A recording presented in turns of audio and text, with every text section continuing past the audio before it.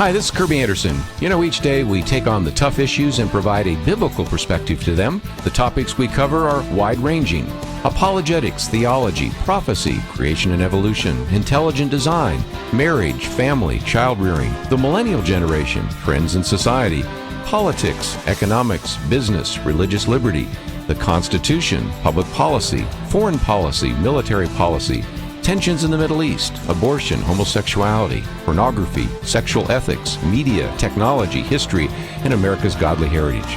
We talk about anything that affects your faith, your family, or your freedom. So don't go anywhere, because Point of View starts right now.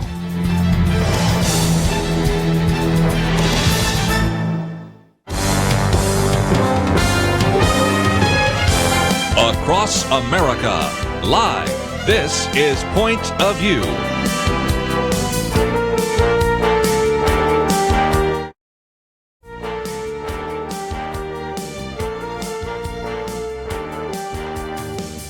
And now, Nick Pitts. And welcome to Point of View on this Wednesday, January 9th, 2019 day. I'm your host, Nick Pitts. So grateful that you have decided to join us today. And like is always said, but really do, we mean it today. This is quite the show that we have for you. So excited that you've decided to join us. We've got Grant Skeldon will be here very shortly. Grant is the founder of Initiative, which is a millennial network here in the Dallas area.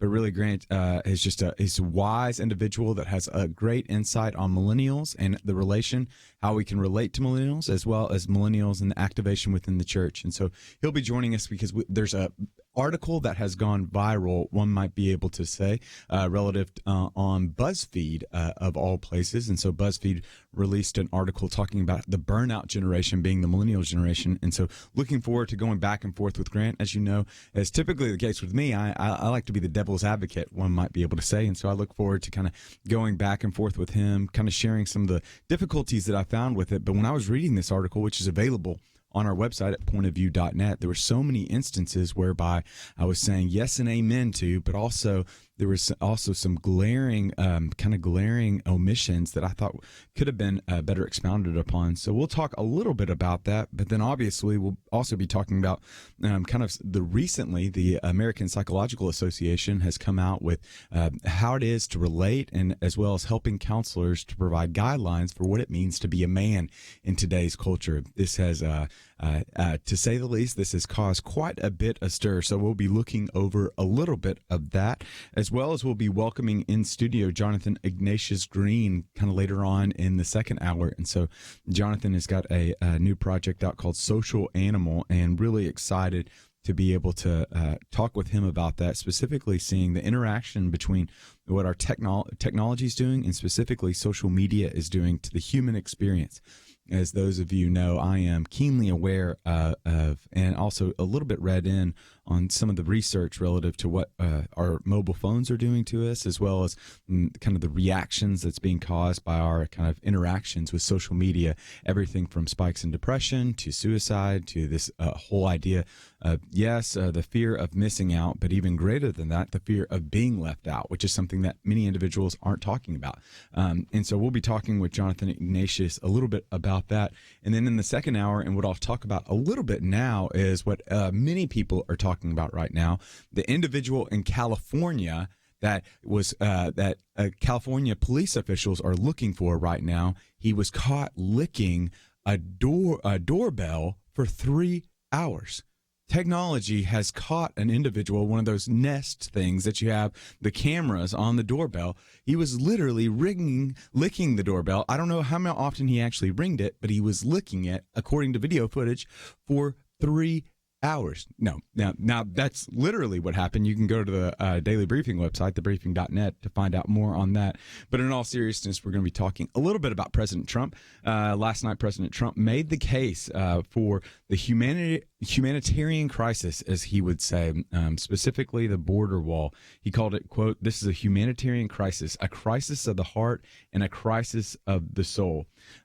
His speech was well received, one might be able to say. A lot of people were wondering where specifically he was targeting. What was his particular audience? Was he trying to convince Democrats and those on the left, or was he just trying to kind of embolden and energize those on the right to be able to get them So one, if they're not in elected office, to call their elected officials in order to put pressure on them, or was two, he trying to convince elected officials in order to support him, to solidify the base, and to be able to see this border wall go through. We're already in week 3 of the government shutdown right now, and it really is centered around this idea of a border wall. And so President Trump went to make the case before the American people last night in about a 12-minute video where he taped from the Oval Office.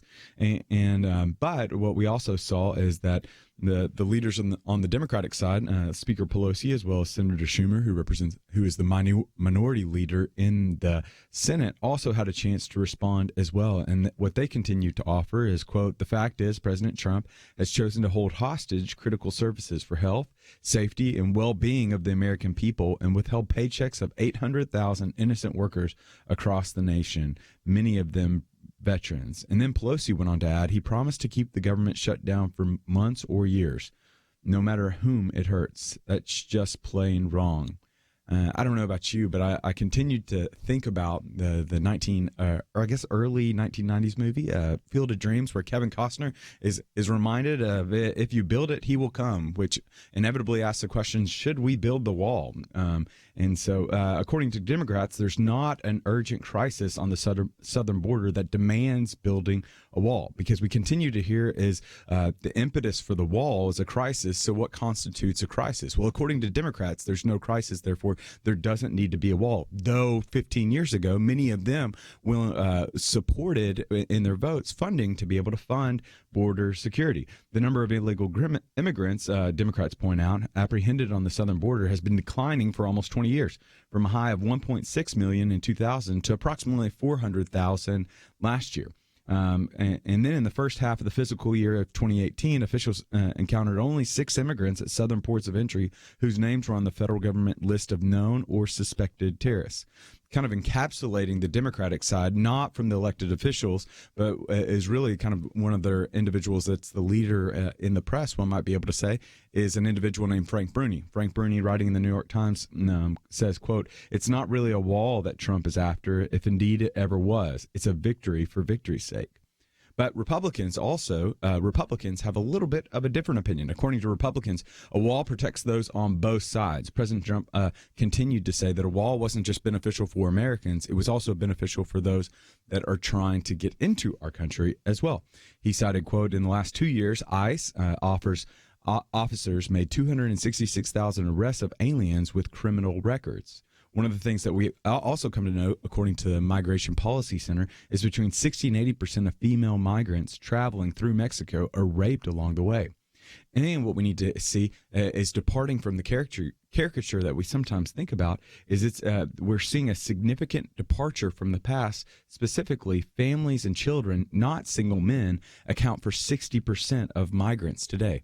So to kind of strike the image that it's just single men that are trying to make their way into our country, single men that might be violent in nature, really the 60% of the individuals that are trying to get their way into the country are doing so with their family, and which is just radically different than what it was just even 20 years ago. National Review makes this case when they say, quote, "There is indeed a simmering crisis on the southern border."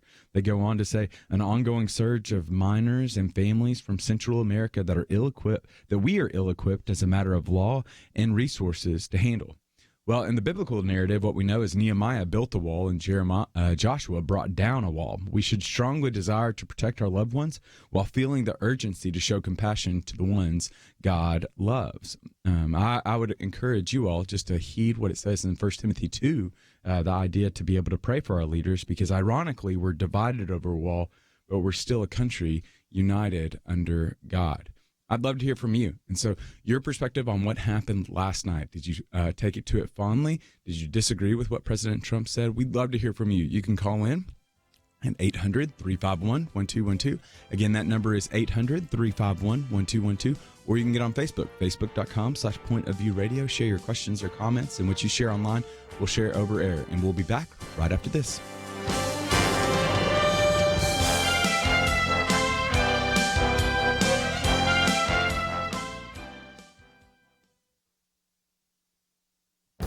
This is Viewpoints with Kirby Anderson. If you've ever taken a social science class, you've probably heard about the law of unintended consequences. Sometimes a policy generates unexpected benefits, but it is usually also producing unexpected problems and even perverse incentives. Although this reality usually develops because of government programs, it also surfaces within companies and corporations. Last year, Starbucks announced that anyone has the right to use a Starbucks restroom. The company did this because 2 African-American men were denied access to a Starbucks restroom in Philadelphia and subsequently arrested. Reeling from this infamous incident, the company announced that everyone is a customer of Starbucks and thus free to use their restrooms. This change policy may not have affected the Starbucks near you, but it has had a decidedly negative impact on Starbucks located in cities with lots of homeless people. The New York Post found in a survey of just a few Starbucks that a half a dozen toilets were locked or barricaded because they needed extensive cleaning. I don't want to gross you out with what happens in these Starbucks restrooms, so let me just simply say they need cleaning because of extreme soiling and other problems resulted from incontinent vagrants. One Starbucks employee who wisely decided to remain anonymous lamented that the company policy was hurting everyone. He observed letting everyone in has resulted in nobody getting in. Like I said, this may not be a problem for your local Starbucks, assuming you live in the suburbs, but it has become a major problem for Starbucks in certain urban areas. Sadly, the Starbucks policy is hurting its brand image of an upscale coffee bistro when it has restrooms that look and smell like the restrooms of a homeless shelter. I'm Kirby Anderson, and that's my point of view. Take Kirby and the Point of View team with you on the go with the Point of View app. Search for Point of View Radio at the Apple or Google Play stores.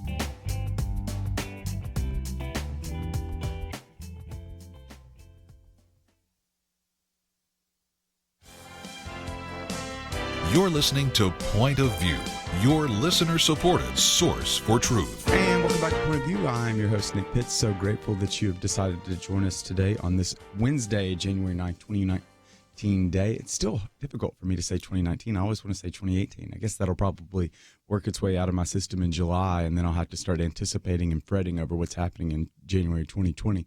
But nevertheless, that's a whole different set of issues that's more personal in nature than societal. But here we are. So grateful that you have decided to join us today. We've got quite a show for you. We've been talking a little bit about President Trump and specifically the border wall case that he made last night to the American people. It was an interesting rebuttal. One might be able to say interesting case that President Trump made, and some of you have commented on that, and others of you have also commented on the fact that they thought the response was a little bit interesting as well. As an individual that is, I would say highly active, maybe moderately active on Twitter. I'm more of a listener on Twitter than I am an actual participant in Twitter, i.e., I don't really put anything out there. I just kind of read what everybody else is putting out there. One of the interesting things that that was captivating Twitter when I was on there last night was you just saw screenshot after screenshot after screenshot of Speaker Pelosi and Senator Schumer as they stood behind one podium. For those of you who have ever been behind a podium, it's made for one person, obviously, and so to have two people behind a podium kind of gave the impression, just on Twitter of kind of like, I've come in a little bit late. My mom and my dad are about to get mad at me was probably one of the funnier ones that I thought of. But so it's kind of a weird positioning that they had. But also, so we have Joyce on Facebook right now says, why the need for a televised rebuttal? We've never seen such a thing. Yeah, Joyce, you bring up a really great point. Why the need for it? We saw a couple of times during President Obama's tenure. There was a chance for Speaker Boehner at the time, as well as other Republican leaders, to be able to speak out against it. But yeah, it does bring up a really interesting point. And so one of the interesting things is I was asking some of my Democratic friends what they thought about President Trump. What I wanted to know is specifically, just as a Christian, I want to represent the other side really well. Obviously, rooted in the Ten Commandment of I don't want to lie, I don't want to bear false witness about my neighbor, and I have if my neighbor is everyone that is around me, I want to make sure that I'm not lying about the individuals on the other side of the partisan aisle. And so I was asking them to give me their best argument so that I could bear true witness about what the other side was trying to advocate for. And what I continued to hear was the idea that one, a wall would be an inefficient and ineffective use to steward the funds, and then two, the PR behind it. Not only the PR of the wall, it sends the wrong message to the world that is kind of contrary to our tradition of being very welcoming, but also two, that he would utilize the Oval Office, according to them, to spread this kind of propaganda. Well, they didn't use the word propaganda, but describe these type of agenda. I disagree with them on certain instances. One, I think a look through history can look back and say, unfortunately, we have had men that have filled the Oval Office that haven't necessarily given it the dignity that it so deserves. We can think about everyone from John F. Kennedy to just even upwards to President Clinton. I don't think I have to mention anything, especially based on Kirby's point during the break. He just said "soiled yourself," kind of in the Starbucks thing. So I since he's not here, I won't go into any more detail. I'll let your minds just remember what happened with everybody from President Kennedy to LBJ to President Clinton and what he did in the Oval Office. So I don't think there's a lot of merit to that contention that President Trump was kind of soiling, or he was degrading the office by doing that. And then if you actually saw what he said, the vast majority of it, I couldn't find. The only instance where I thought that he was off on his numbers was it was more conservative in nature than what it was just an inaccuracy. He gave reference to the idea that 1 in 3 women, as they're making their way to our border, are sexually abused. Well, according to the Migration Policy Center, that number is 60 to 80%. So it's even more than what he said. So I guess that would be my only contention with some of the numbers that he utilized. And so there's that point. But then there's also the point that our Democratic friends would say that that's an ineffective use of money, that there's other ways to be able to do it. As a matter of fact, they would point out to what NBC News put out is the idea that there was only six individuals that were on the terrorist watch list that were apprehended at southern points of entry. Well, I think one of the things that my rebuttal to that idea that there's only does 6 individuals merit a crisis? Do 6 individuals merit spending $5 billion on a wall? I think the natural rebuttal to that is it only takes one individual, to tragically bring about the deaths of many individuals. It only took in the teens number of individuals to make their way through our borders to be able to cause and enact the terror that became known as 9/11. So to say that it's only 6 or just 6, I think really doesn't capture the power that an individual has, that has the propensity as well as the wherewithal and the mentality to be able to enact terror on our system. So I take qualm with the idea of saying that it's only 6 or it's just 12 on that side. But then you have to look at the other side as well. And so you look at the other side, and Republicans are saying, well, there's individuals, one, that are apprehended, as President Trump said, over 2 years. There's been upwards of 200,000 individuals that have been apprehended that were that were criminals by nature. So it was everything from sexual crimes to violent crimes, domestic crimes, et cetera, that they enacted when they made their way in. And I think that's something to consider, right? That there's a significant number of individuals right now that are making their way in. And as a reader, John told me when I was in the daily briefing, he responded back to responded back very graciously to me. He continued to point out the idea that that's the number that were apprehended. We don't even know the number of individuals that weren't apprehended, which I think is a really good point. I think it's right. If I'm the other side, I can argue that it's an argument from silence, right? You can just that's really just playing on fears. But I think it's a good point that we only apprehended 200,000. We don't know about the other individuals, so I think that's something to consider as well. And then let's think about it from a biblical perspective too, right? I think the Christian here, and that's what I really wanted to get out in the daily briefing specifically, and now here is we should feel the tension, right? I think there's a reason why Peter calls us foreigners and aliens in this land. That though we have been rejected by the world, yes, we've been accepted by our God. And so we should feel this inherent tension of not being able to feel all at home in this world because we weren't made for this world, right? We should feel the tension whenever we're living and moving in a political party that no party accurately represents us to the 110th degree, right? I think even Peter felt this, right? Should we obey the rules of man or should we obey the rules of God? What does he say in Acts 5? Like, I obey the rules of God rather than man if they don't. And then what we see with Daniel, when he had to go against man, he was willing to suffer the consequences for that. So I think, especially in this immigration debate, and then specifically this iteration where it revolves around a border wall, we should feel the tension. And the tension that exists is between, one, wanting to protect our loved ones, and two, wanting to love and show compassion to the ones that God loves. So to protect our loved ones, we want to understand that, again, Romans 13, 1-6, that it's very clear that the biblical narrative that God has he has appointed as ministers, which I think is just a radical claim. It's not that God has allowed certain individuals to become officials and to become elected leaders, but rather God has appointed these officials to serve as ministers. One, to be able to enact justice. Two, to be able to enact justice and restrain evil are kind of the twin pillars in Romans 13 of what these officials are supposed to do. They're not supposed to commend good, rather they're supposed to enact justice and restrain evil. And there's that component. And then from the individual component, because that's more corporate in nature relative to the role of government, individual component would be individuals are called in 1 Timothy 5 to be able to protect their loved ones, to be able to provide for provide for the individuals that were entrusted to you. So men of households, women of households, you're to protect and provide for your families. And one of the ways that you protect and provide for your families is to make sure that there are safe, comfortable measures that are put into place. And one can argue that a wall does this, that there are individuals that try to cross into our borders that are criminals, that are dangerous by nature, and we need to be aware of that.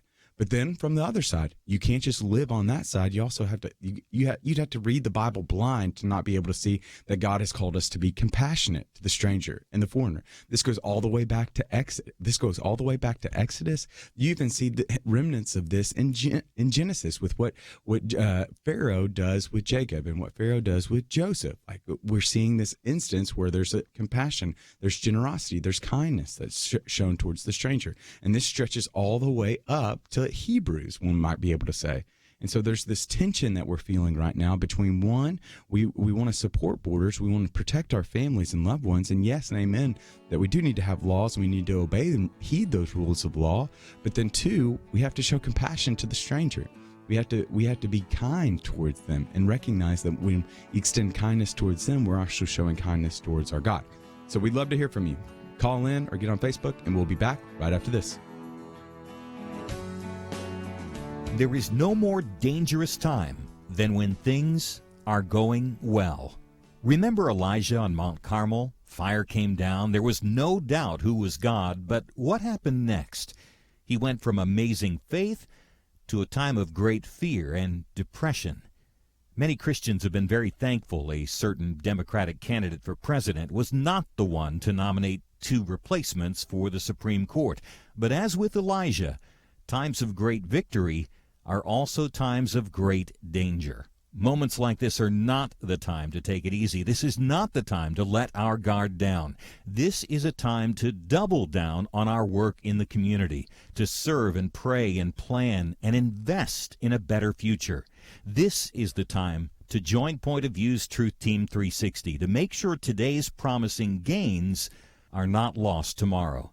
Show your commitment to our future by visiting pointofview.net/team or call 800-347-5151. Ask to join the Truth Team. Pointofview.net/team and 800-347-5151. Point of View will continue after this.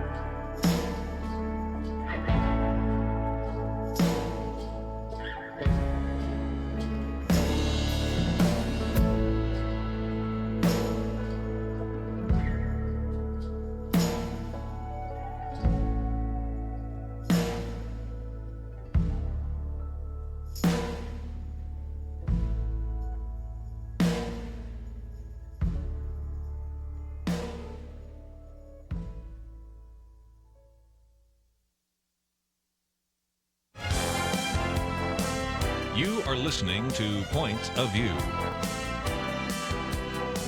The opinions expressed on Point of View do not necessarily reflect the views of the management or staff of this station. And now, here again is Nick Pitts. And welcome back to Point of View. I'm your host, Nick Pitts. So grateful that you decided to join us on this Wednesday, January 9th, 2019 day. I'm your host, Nick Pitts, in for Kirby Anderson today. Kirby is taking a much-deserved break right now. And so he's let me have the free reins. And so who knows what's going to happen right now. I can just see our producers cringe right now at the idea that I could go any which way about what's going to happen. But we're also going to be taking your phone calls as well. As you have probably been listening to right now, we've been talking about President Trump and his address to the nation last night. And so we would love to hear your thoughts on that. Well, do you think it was a convincing case that he made relative to the building of a wall with upwards of $5.7 billion being allocated by Congress? You can call in at 800-351-1212. Again, that number is 800-351-1212. Or you can go on this little thing called Facebook. There's a couple of you out there that are on Facebook, specifically a little over 2 billion people. And you can go on facebook.com/pointofviewradio. Here's the interesting thing. You're going to see my face. And when you see my face, it's going to be a live video feed. Please do not be alarmed. It usually does not stay up there very long. And so when you see my face, then just roll down as quickly as you can, and you'll see an opportunity to be able to comment. And in that comment box, you put your question or comment there, and what you share online, we'll try to share over air as well. And just we're trying to think through from a Christian perspective, or just your initial thoughts, what happened with President Trump last night, how you thought. From a sound standpoint, one of my good friends that's a sound technician said, I wish he would have had a boom mic, because I don't know if any of you caught it. He was breathing pretty heavily. And when you have a mic that's attached to your lapel instead of overhead, you can hear the breathing. So I don't know if any of you heard the Darth Vader-like breathing in between little breaths during President Trump's 12-minute spiel. I know that there were some individuals that took qualms with that, but I really did. I thought he made a very convincing argument about the need to be able to build a wall, because this all kind of centers around the idea of a crisis at the southern border. That he continued to say that he called it a humanitarian crisis. He called it a crisis of the soul. He continued to emphasize and create a need for urgency. There's an individual named Cotter that wrote a book called kind of the prospects of change, on change theory. And what Cotter says is that in order to enact change, there's 8 steps, but the first step is to create a sense of urgency. And what President Trump tried to do last night to be able to change the status quo, which right now is this 800,000 government employees that are on furlough right now, that are deemed non-essential, therefore just sitting at home, we find is that he's trying to create a sense of urgency. And so one of the ways that he created that sense of urgency was to emphasize the crisis at the border right now. But one of the fascinating things of what President Trump did is that he said that there wasn't just simply a crisis on one side of the proposed wall, but there's a crisis on both sides of the proposed wall, that it's not simply just endangering us, but he's also saying that it's endangering other individuals as well on the other side. And one of the ways on our side, obviously, that's been kind of picked up on quite a bit is the idea that there are individuals that are criminals, that have criminal backgrounds. Not everyone that's trying to cross the border is a criminal, whether it be legally or illegally. But there are individuals with violent criminal backgrounds that are trying to cross the border. And that's often kind of been the stereotype of every immigrant, that they all have violent backgrounds, but that's just not the case.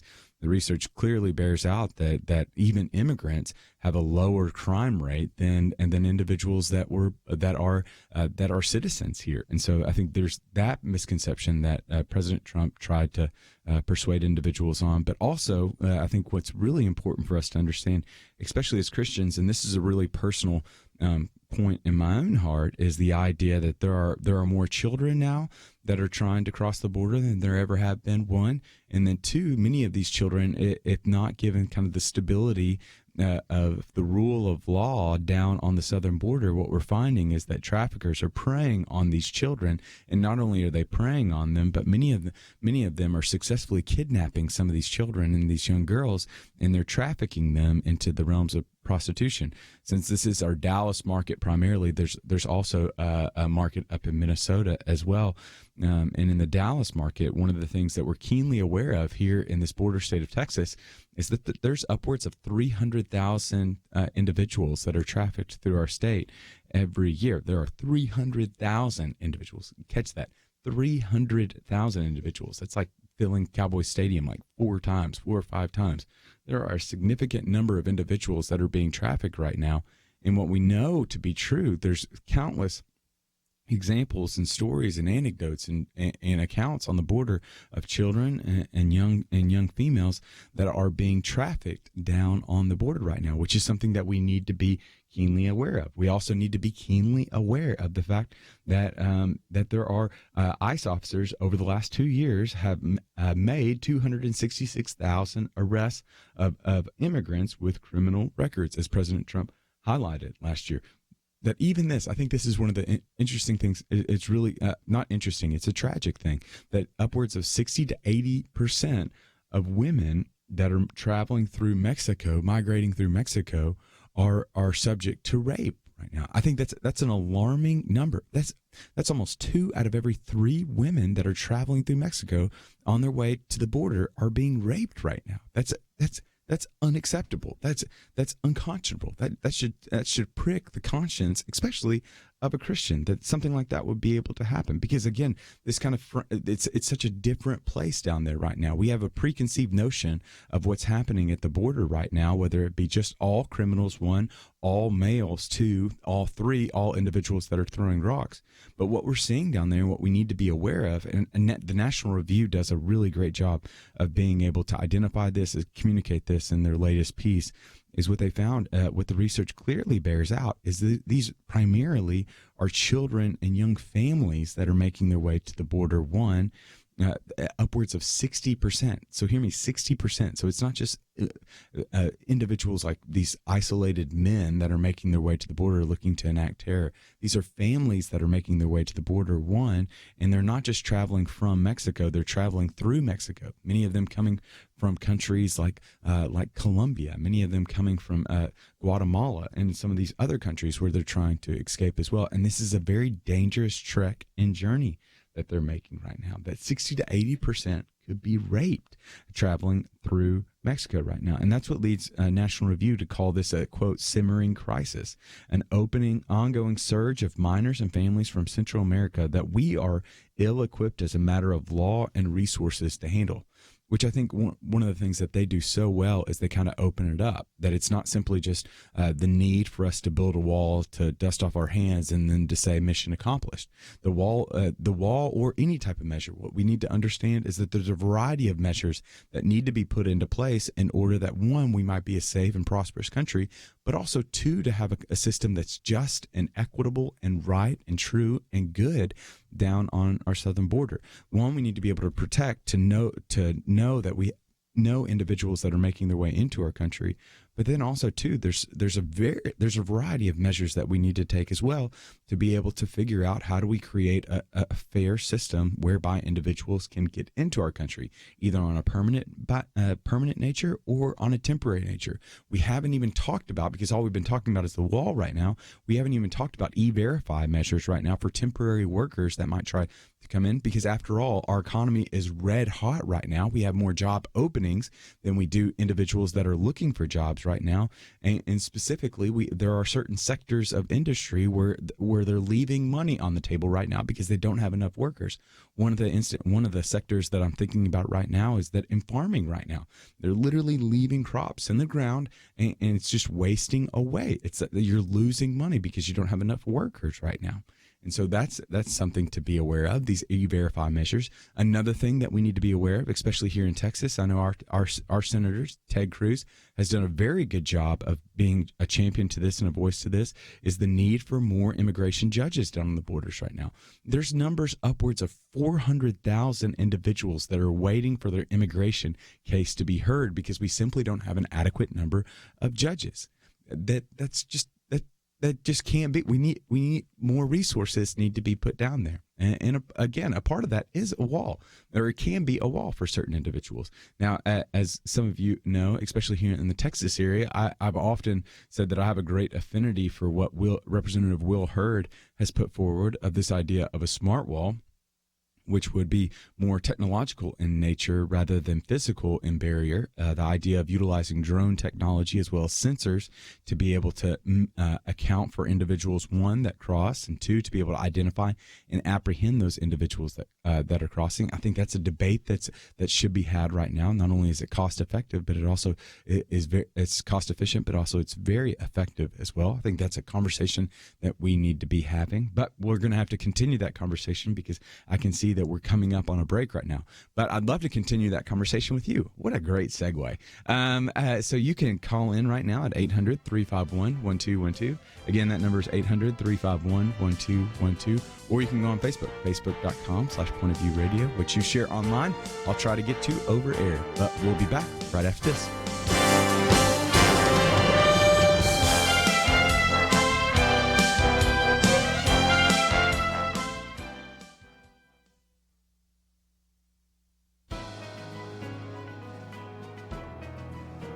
Welcome to the First Liberty Briefing. I'm Jeremy Dice. In western Kentucky, Amish residents have filed a lawsuit against the city of Auburn, alleging one of its ordinances imposes a burden upon the free exercise of their religion. The ordinance has been on the books for several years, and dozens of Amish have been cited for violating the law. Some have paid the fine that comes with the violation, while others have refused in protest. As you may know, the Amish live simply, refusing most modern conveniences, including motor vehicles, as their religion teaches. Instead, the Amish are known for driving their horse and buggy through town.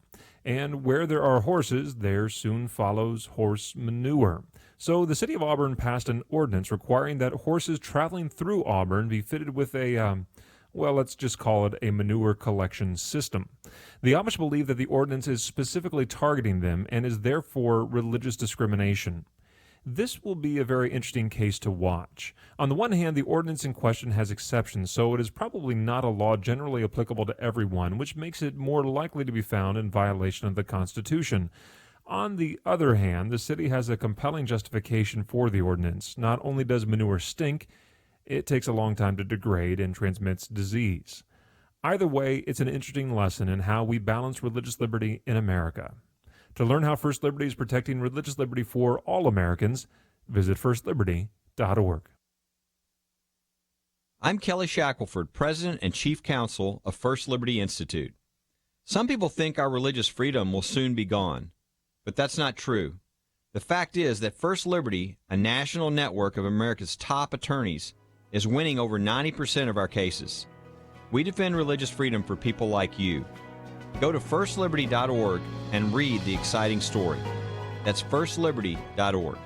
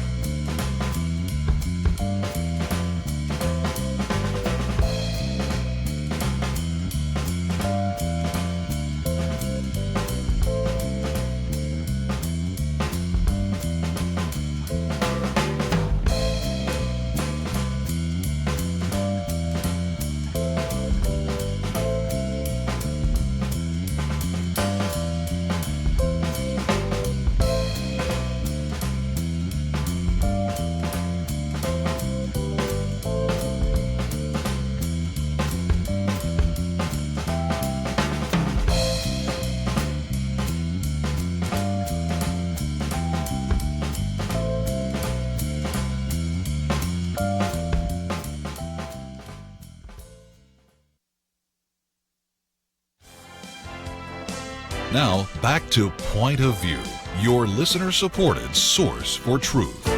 This is Nick Pitts on the Point of View show, and I need to tell you something. We've been here for 45 minutes already, and now I am convinced that something stinks. And specifically what stinks right now is our commercials.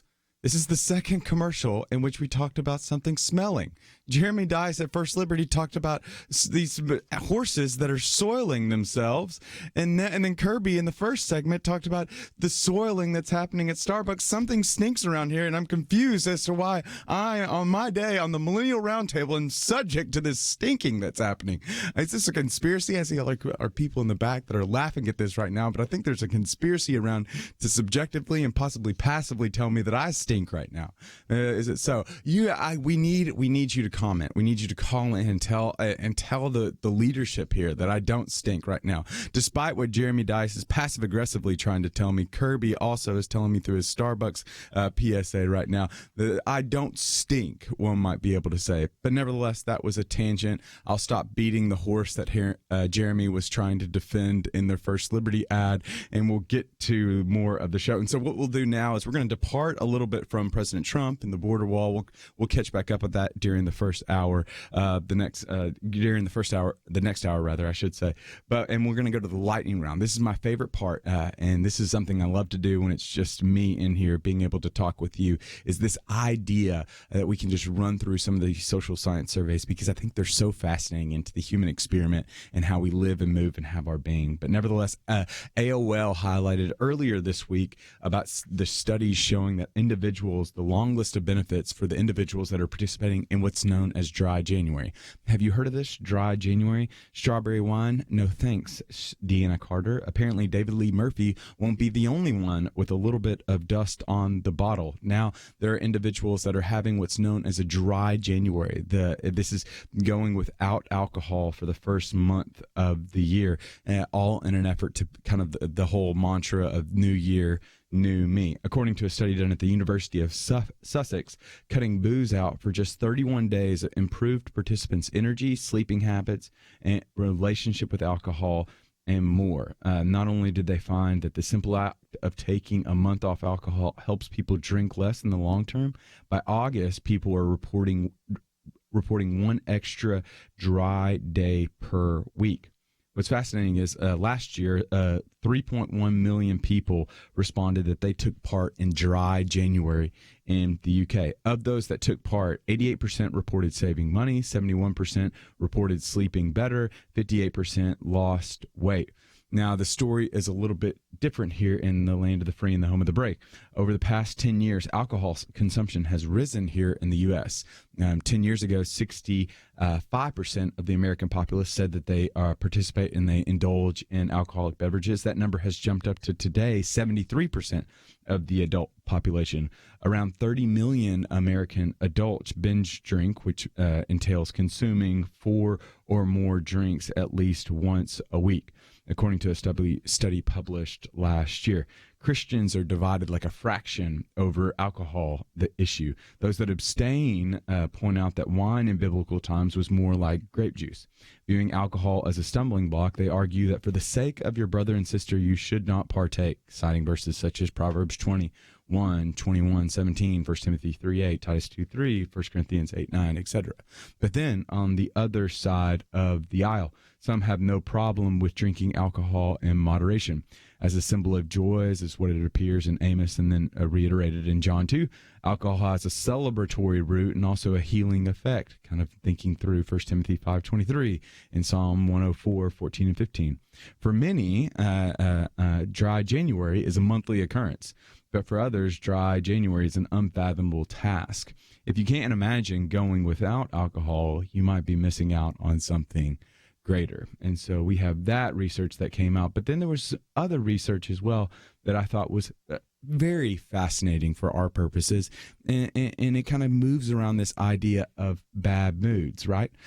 Gloria Gaynor may survive, but I don't think all of us feel like we will survive, especially when we're in a bad mood or we're around somebody in a bad mood. Similar to Leanne Rimes, we might be feeling blue, ooh, ooh, ooh, ooh, ooh. In a new study, researchers found that people's negative moods recorded throughout the day were associated with higher levels of inflammation, the body's natural immune response to injury or infection. So it could be the idea that a bad mood is really signaling to you that there's something wrong with you, that even though you emotionally feel down, it's pointing to something physical that you might need to get checked out. The average American has 60 bad days a year. They're waking up on the wrong side of the bed 60 days a year. One might consider the feng shui of your room and change that up. But nevertheless, studies show that people who believe in bad luck will report more misfortune, essentially living into that mentality. The research indicates a hug from a loved one can alleviate a bad mood, right? Hugs, not drugs. Another study found that bad moods make you more productive at work. This idea that if I'm in a bad mood, I'm just going to work more diligently. I don't want to be around people. I just want to kind of see the tasks that are before me, check them all off the list, maybe so that I can get out of that day. Nevertheless, we don't know why you're more productive. What we do know is that there's a correlation between individuals that are in a bad mood and your productivity at work. In the biblical narrative, followers of Jesus probably experienced bad moods. Paul got bit by a snake. Joseph got tossed into a pit and left for dead by his brothers. And Saul had some awful, awful dreams. But God never promised us a comfortable life, but rather to comfort us in this life. The difference between the two is your sanctification. That all too often we associate pain and difficulty with God's disapproval. But don't troubles in this life press us into the giver of the life. You may be in a bad mood, but you have a really good God that can even use the bad of this world in order to accomplish his good and glorious purposes.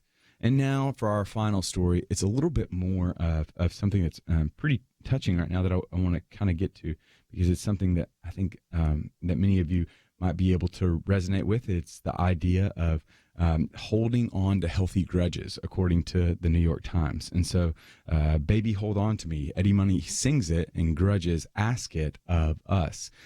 Sophie Hannah, who wrote How to Hold a Grudge, says she loves them. She holds a special place for her grudges. She calls them her grudge cabinet. The crucial difference, though, in the way that she views grudges is that she believes a grudge isn't a feeling. Rather, it's a story one can learn and benefit from. And so research indicates that men have a harder time forgiving than women. 62% said they need to give more forgiveness in their personal lives.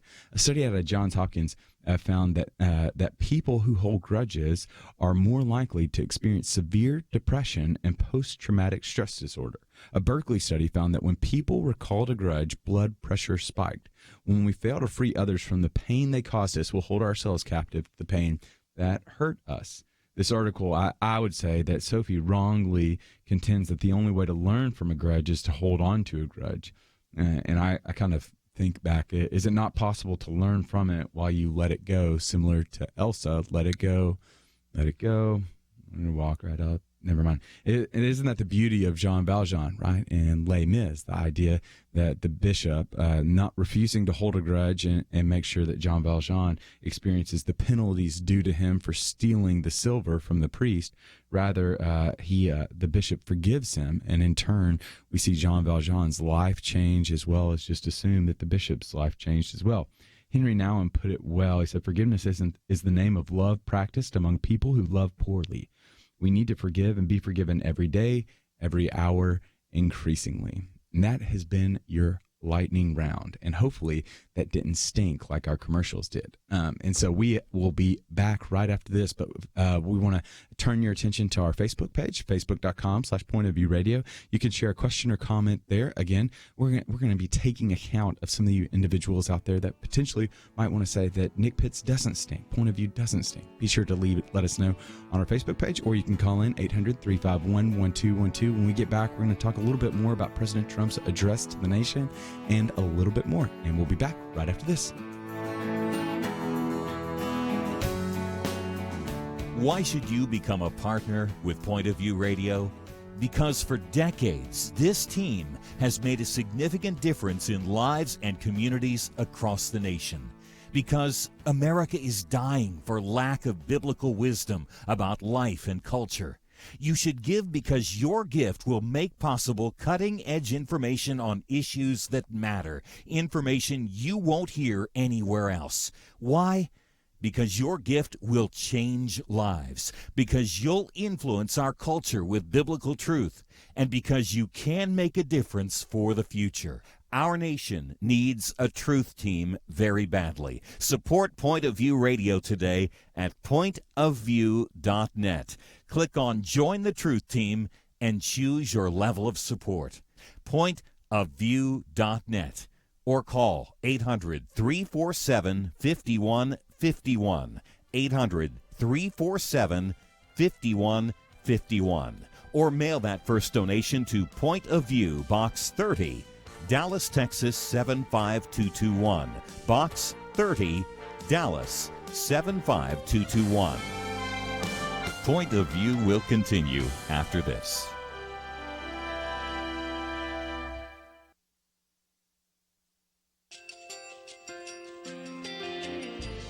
I just want to thank you so much for all the wonderful programming you have.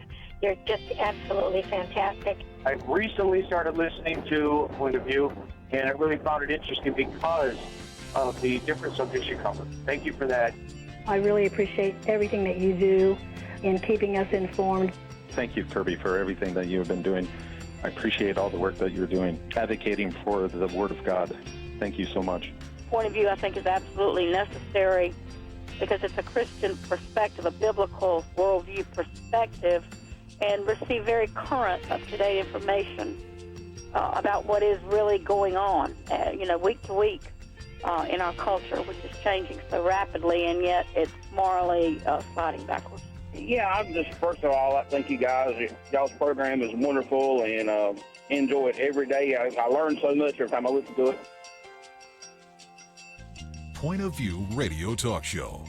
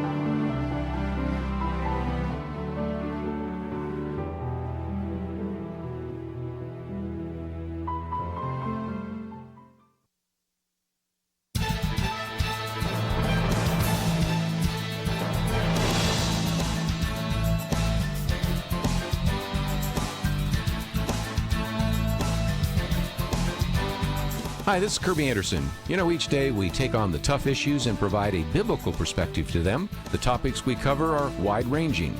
Apologetics, theology, prophecy, creation and evolution, intelligent design, marriage, family, child-rearing, the millennial generation, trends in society, politics, economics, business, religious liberty, the Constitution, public policy, foreign policy, military policy, tensions in the Middle East, abortion, homosexuality, pornography, sexual ethics, media, technology, history, and America's godly heritage. We talk about anything that affects your faith, your family, or your freedom. So don't go anywhere, because Point of View starts right now.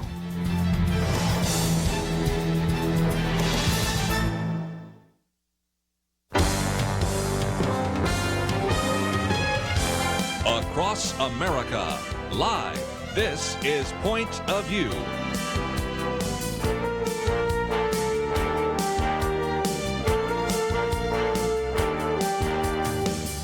And now, Nick Pitts. And welcome to Point of View on this second hour. I am your host, Nick Pitts, for the Millennial Round Table of Point of View. We're so grateful that you decided to join us on this Wednesday, January 9th, 2019 day. I am your host, Nick Pitts, and we've had quite a first hour. We were talking a little bit about the border wall, specifically President Trump's address, making the case last night to the American people from the Oval Office into your homes about what the need for a border wall for Congress amidst this third week of the shutdown to resolve this debate, to give President Trump the necessary funds in order to construct a border wall, which some anticipate will take over 10 years, making the case that there is a crisis at the southern border. And so we were talking a little bit about that.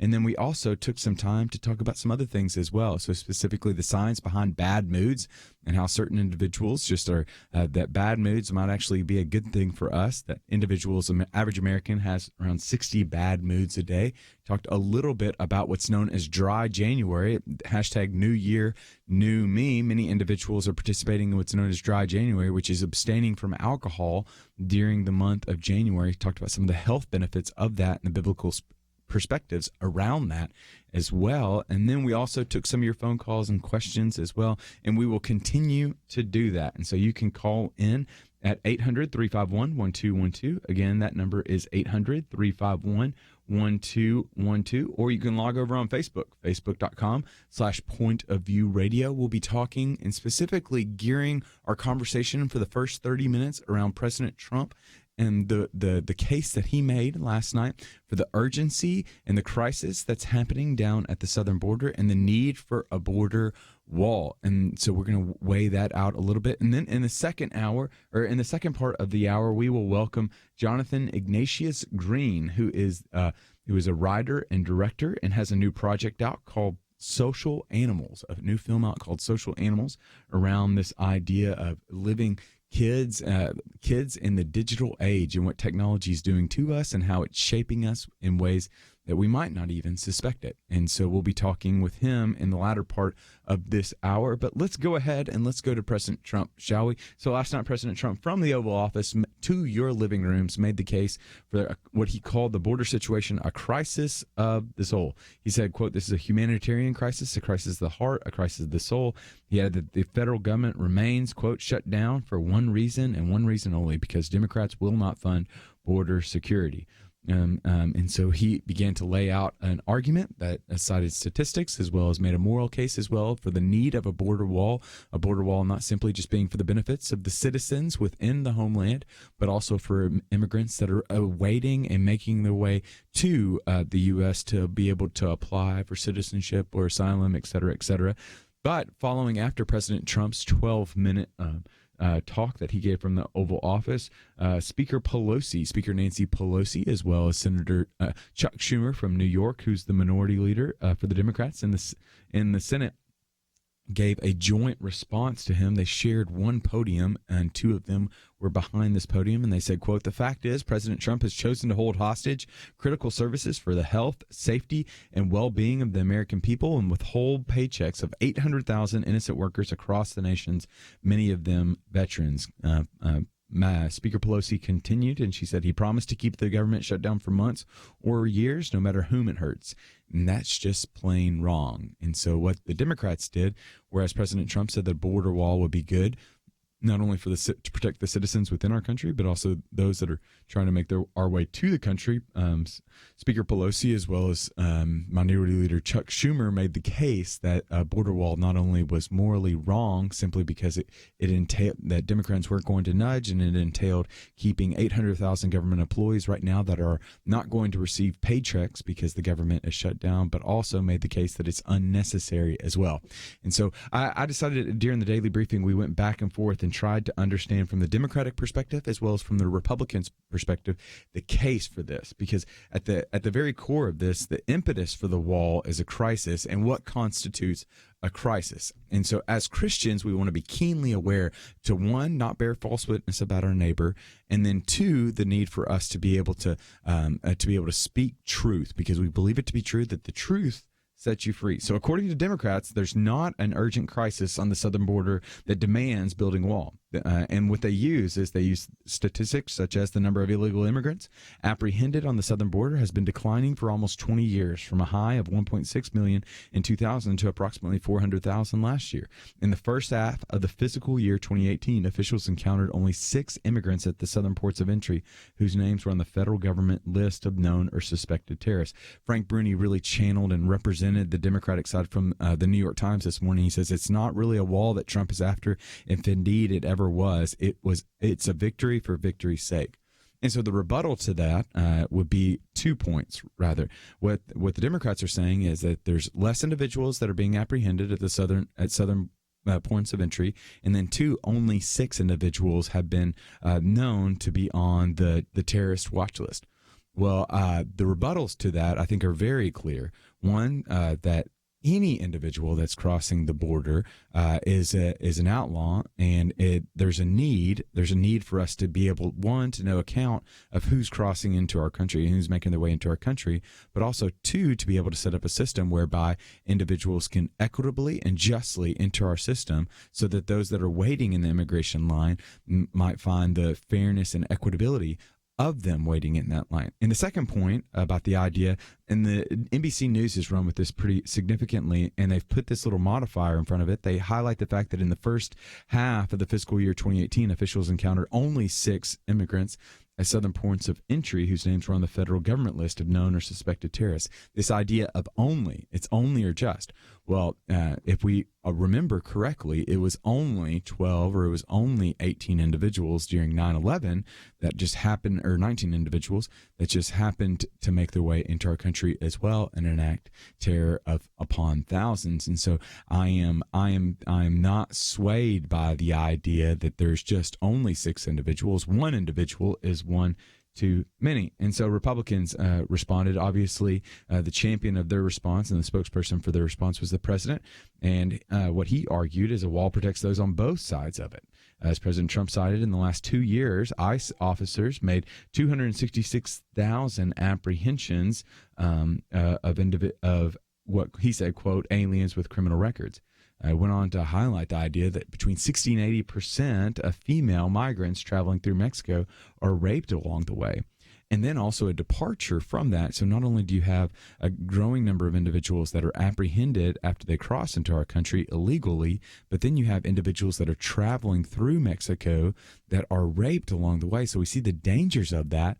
And then add on top of that the shifting mentality of these aren't just simply criminal men, single men that are trying to get into our country.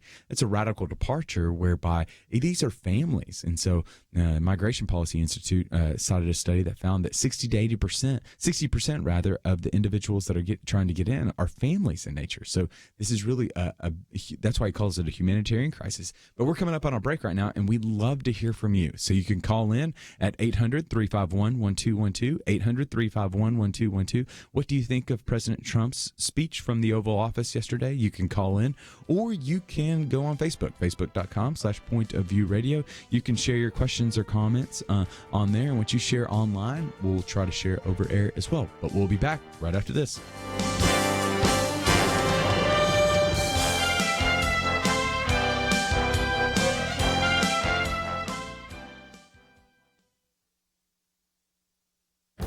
This is Viewpoints with Kirby Anderson.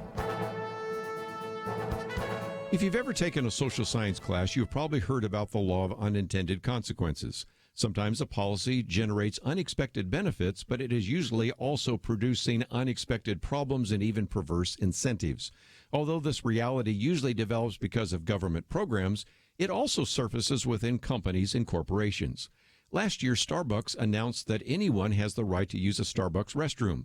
The company did this because 2 African-American men were denied access to a Starbucks restroom in Philadelphia and subsequently arrested. Reeling from this infamous incident, the company announced that everyone is a customer of Starbucks and thus free to use their restrooms. This change policy may not have affected the Starbucks near you, but it has had a decidedly negative impact on Starbucks located in cities with lots of homeless people. The New York Post found in a survey of just a few Starbucks that a half a dozen toilets were locked or barricaded because they needed extensive cleaning. I don't want to gross you out with what happens in these Starbucks restrooms, so let me just simply say they need cleaning because of extreme soiling and other problems resulted from incontinent vagrants. One Starbucks employee who wisely decided to remain anonymous lamented that the company policy was hurting everyone. He observed letting everyone in has resulted in nobody getting in. Like I said, this may not be a problem for your local Starbucks, assuming you live in the suburbs, but it has become a major problem for Starbucks in certain urban areas. Sadly, the Starbucks policy is hurting its brand image of an upscale coffee bistro when it has restrooms that look and smell like the restrooms of a homeless shelter. I'm Kirby Anderson, and that's my point of view. Take Kirby and the Point of View team with you on the go with the Point of View app. Search for Point of View Radio at the Apple or Google Play stores.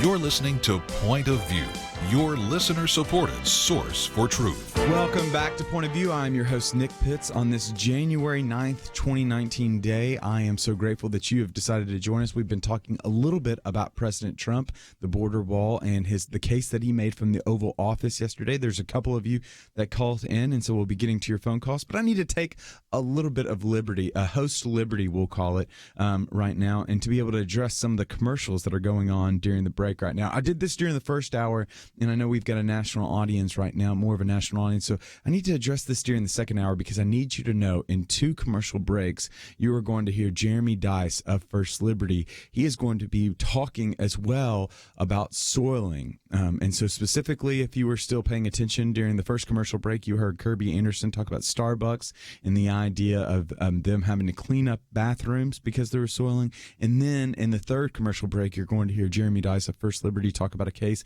out of Western Kentucky, very close to my home of Clarksville, Tennessee, talk about horses that are soiling. And what I believe to be true is that this is a passive-aggressive test against me to insinuate that I stink.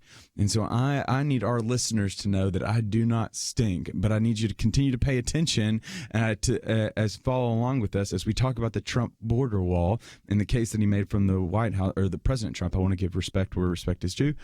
President Trump and his border wall. And know that during the third commercial break, you're going to hear from Kirby Anderson. You're going to hear from Jeremy Dice, a very important case, but a subliminal message to know that they are trying to insinuate that I stink, but I don't. I promise I take 2 showers a day. But nevertheless, we have been talking about President Trump and the border wall, and specifically, he made the case from the Oval Office yesterday.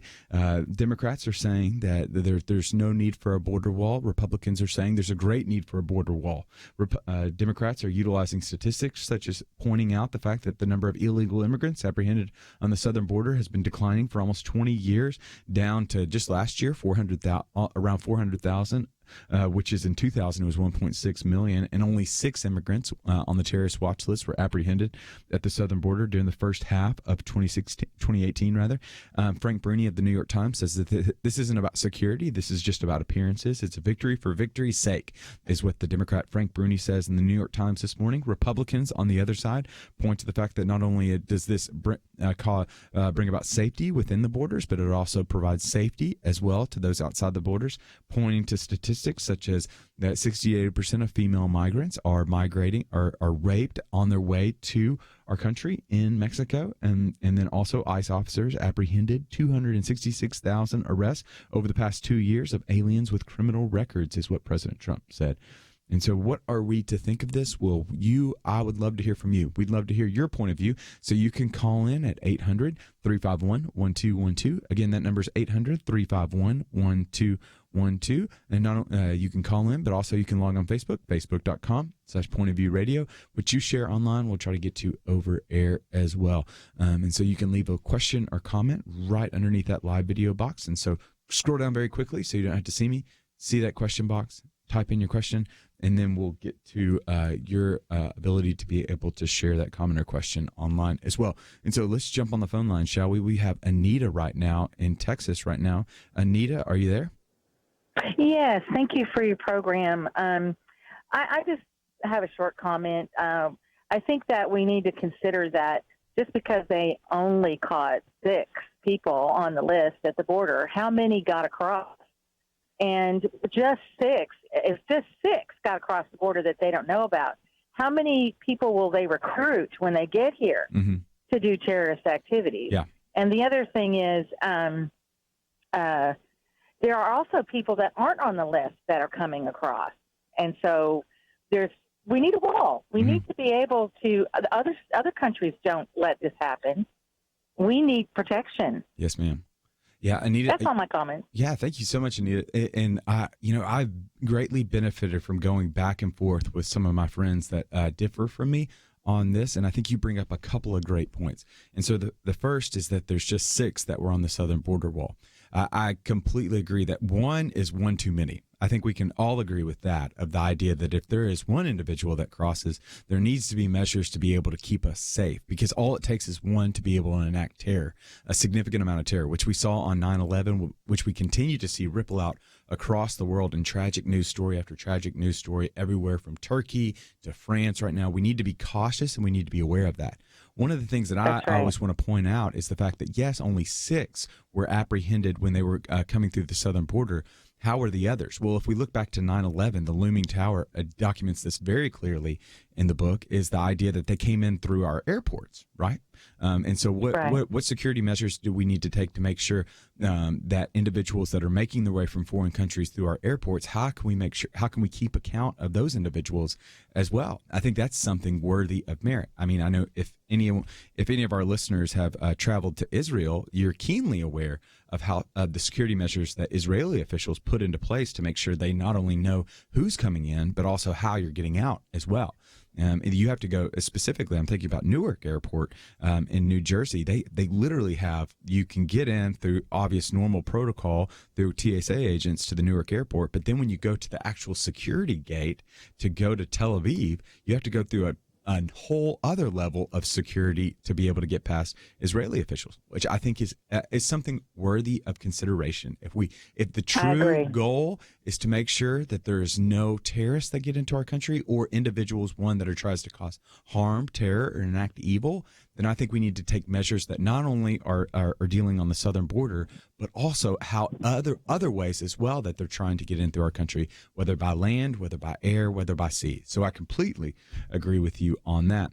The second point I think is really interesting, because I think this is something that I continue to hear as well, that we've apprehended 200,000, upwards of 200,000, more than 200,000 rather, over the past 2 years. How many others have we not caught? I think that's a great point. But I'm always cautious. I'm always a little bit cautious with those what's called an argument from silence. We really don't know. We're just raising a question that there's no knowable way to be able to try to ascertain what the truth is to that. But I do think that there's a lot of merit, though, to understanding that there are individuals, one in the past, that have tried to get across that we need to be we need to hold account to, and we need to be able to identify and either one, keep them in, or hold account to them when they're making the way in. And two, we need to recognize that simply doesn't happen on the southern border right now. And so I think those are security measures that need to be put into place. So, Anita, thank you so much for your call. We greatly appreciate it. Thank you. All righty. And let's make our way over to Stanley in Arizona right now. Stanley, are you there? Yes, I am. Hey, Stanley. I want to thank you for taking my call. Wow, you're more than welcome. Thank you so much for joining us. What's your point of view? Well, the point of view is regardless of what statistics you might come around and say and debate back and forth, there's 2 points that are very interesting for the Democrats. One, open borders mean more votes for the Democrats have been statistically already proven. Two, if you do not have a border wall, okay, then Trump's final goal for his presidency has not been committed, and he's not going to make 220 presidency. But if he gets it, he's a shoo-in for 220 presidency. That's my comment. Yeah. Stanley, you bring up, again, 2 great points, just like Anita did. I think, and they're worthy of consideration. The idea, one, is the idea that we're a country, we're a sovereign country, and why would it not be that any of the other sovereign countries have certain borders and they have certain protections, and we have a right, and specifically our leaders have a duty to be able to protect us, and one of the ways that can be protected is through walls. I think Will Hurd, I know that some of our listeners have heard me mention him. Will Hurd, who's he represents, I believe, upwards of 700 miles worth of border, he's a congressman out of South Texas. He has actually put out the idea of a smart wall. So a kind of a regular wall, kind of the physical wall, is going to cost upwards of $46 million a mile to be able to construct, whereas a smart wall using technology and drones and sensors, et cetera, has not only an ability to be able to identify individuals quicker that are crossing, but also to be able to apprehend them faster. And I think that's worthy of consideration. And it only costs $500,000. And I'm kind of a dollar store man myself, and so I like saving a couple bucks whenever you can. And I think that's worthy of consideration. I'm not saying that I have an affinity for it. I just think it's worthy of consideration. But I do think you have a great point, Stanley, that we're a sovereign nation. We should have borders. We should have walls. We should have an understanding of one, who's getting in our country. And relative to the second, this is one of those things that President Trump did promise. He continually promised during 2016. And if we learned anything from past presidential elections, when you don't fulfill your promises or you break those promises, they tend to have negative repercussions, i.e. 1992, we can remember so fondly when President George H.W. Bush said, "Read my lips, no new taxes," and lo and behold, we read his lips and then we saw his actions, and then it was very detrimental for him during the 92 election as well. So nevertheless, Stanley, thank you so much for your phone call. Greatly appreciate it. Thank you. We're going to have to go to a commercial break right now, but when we come back, we'll continue taking some of your phone calls, but we've also got a guest as well with us. Jonathan Green of the film Social Animals will be joining us, but we've got to take a break, so you can continue to call in 800-351-1212. Again, that number, 800-351-1212. Oh, we'll be right back. Here's some great news. If you missed the deadline to sign up for health insurance, or more importantly, if you sign up for a plan that you're just not happy with, you still have a choice. It's called MediShare, and MediShare is a Christian healthcare sharing program. It's been around for 25 years. They have more than 400,000 members now around the country. And get this, over the years, MediShare members have shared more than $2 billion of each other's medical bills, so they could help share your needs too. And best of all, you could save a lot of money with MediShare. The typical savings for a family is around $500 a month. Your savings could be more or less, but think about what you could do with that extra money every month. So if you think you're stuck with a high-cost health plan that doesn't have much to offer, think again. You can join MediShare anytime, so call them today and check it out. There's no pressure. They're super easy to talk to. 855-90-BIBLE. That's 855-90-BIBLE. 855-90-BIBLE. It takes a team to win. Be part of Point of View's Truth Team and bring truth and healing to America. Go to pointofview.net/team, pointofview.net/team, and 800-347-5151. Point of View will continue after this.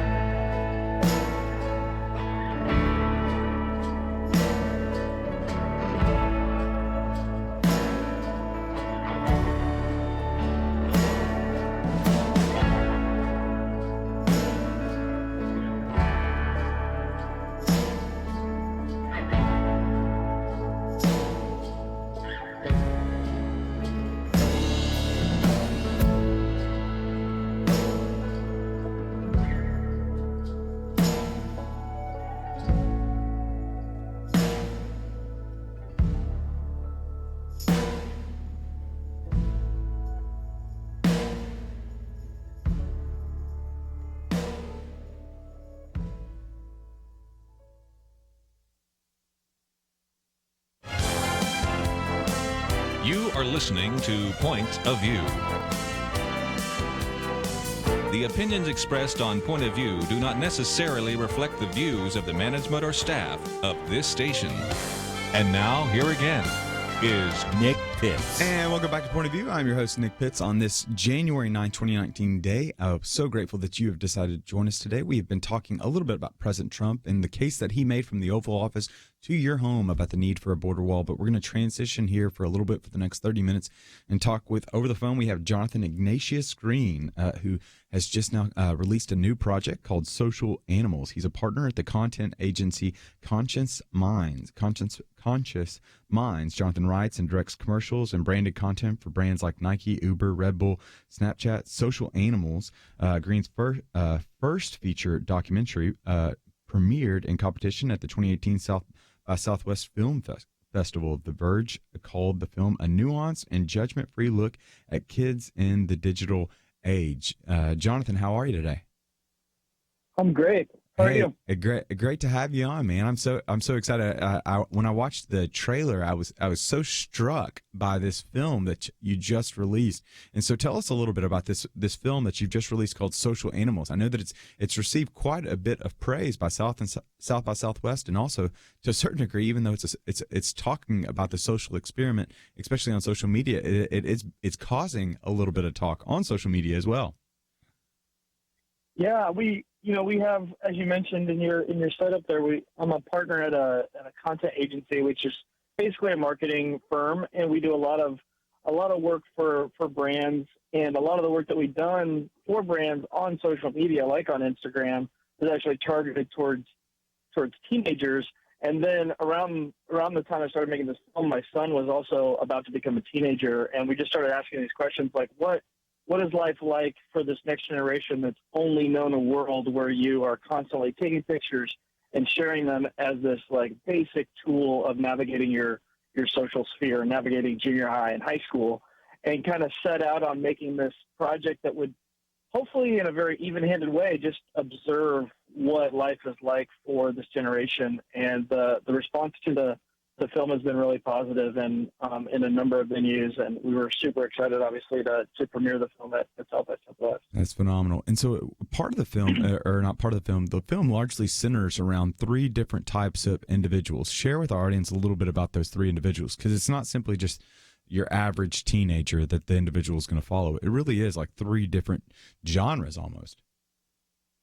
Yeah, we wanted to initially we kind of started out making a film that would interview experts and then like let teenagers talk about their experience, and it was a little bit more heady, I guess. And I think once we really got in the room with these teenagers and started to follow their lives, we kind of stripped away all the experts and just let the teenagers talk to themselves. And we structured the film around three main characters, as you mentioned, two of which have these kind of massive Instagram following. So they're basically these young social media influencers. And then one of the characters, Emma, is kind of your more typical teenager who's having a very kind of common experience and uses the platform in a very common way, as most teenagers, in their high schools might use it. So Emma and Kaylin being the influencers, they're very uncommon in that respect.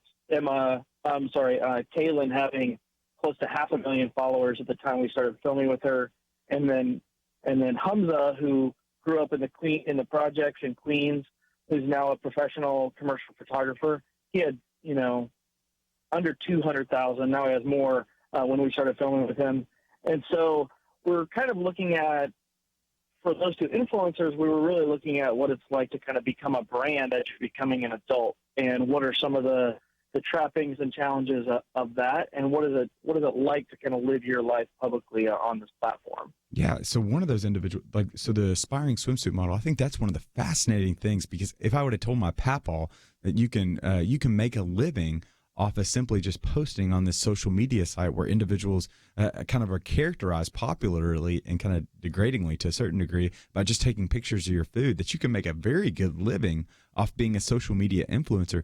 It's just a brand new world out there. And again, I think one of the things that your film does really well on, and I'd love to hear your comment on, is there's three different categories that you're exploring.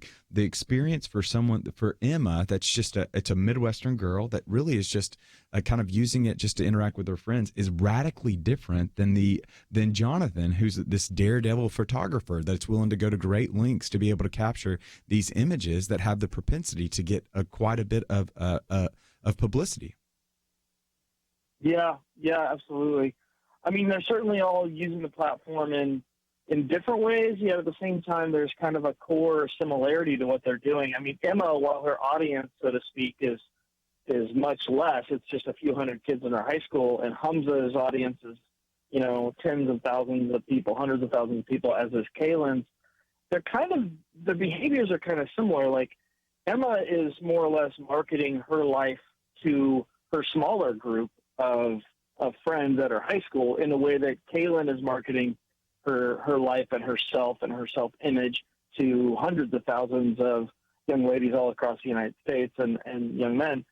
And so I think that's part of what, if you looked at it on paper, it's like, why do these three teenagers belong in the same movie together? And I think the common threads that are there, despite how different their upbringing, their context, their socioeconomic status, a lot of the behaviors are similar, and that's part of what we wanted to look at. Like, how does social media, and specifically Instagram, encourage a certain kind of behavior and a certain kind of relationship to the self and how we present it? So tease that out a little bit more, because you're saying that social media is really bringing out something inside of you. It's teasing, or it's kind of perpetuating, or I guess propagating this type of behavior that individuals have. What's that type of behavior? Describe that for us.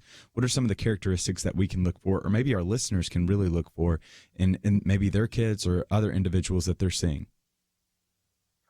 Yeah, I think, and it quickly gets into a lot of the topics that have been in the news lately about some of these things and these behaviors. And I think, if I was to distill it, I think that, there's nothing new under the sun. It's like social media invented a new side of the human nature. Human nature's been the same for thousands of years, and obviously it changes and it is molded by the context in which it exists. And, it's not like girls only had body issues in social media, or guys are only trying to be more popular, outdo other people on, in their high school because of social media. All those things always existed.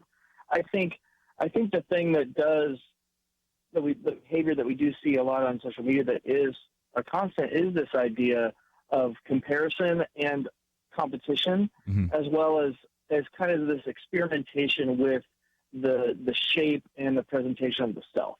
And, while Kaylin is doing it in one way and Emma's doing it another way, and Hamza's doing it in a very different way, and maybe they're still kind of putting themselves out there with a frequency and with like a rapidity that we haven't seen before. Yeah. Whereas 30 years ago, before social media, obviously like a teenager might stand in front of the mirror for an hour before they go out with their friends, make sure they look exactly. They might try on 5 different outfits, and that was in some sense a way of trying on self or presenting or experimenting with identity.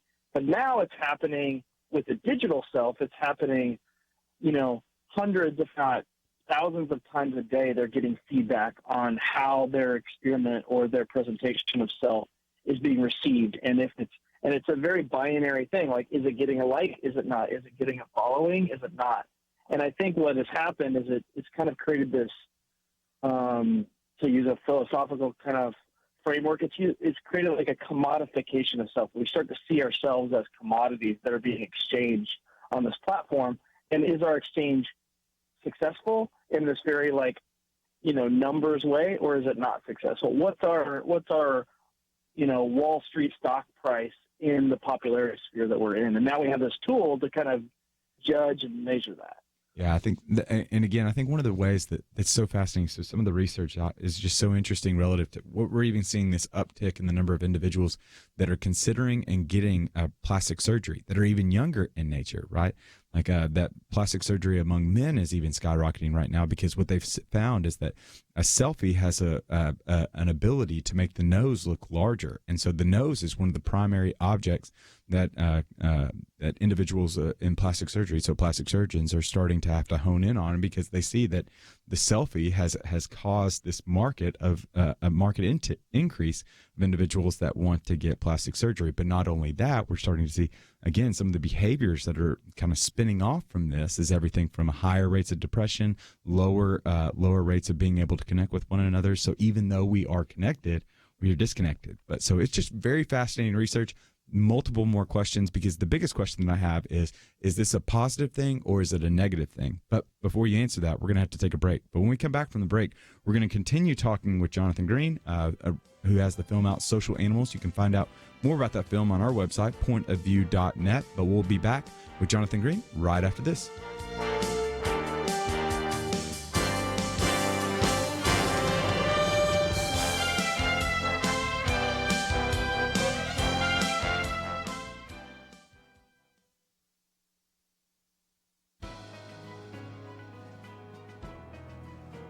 Welcome to the First Liberty Briefing. I'm Jeremy Dice.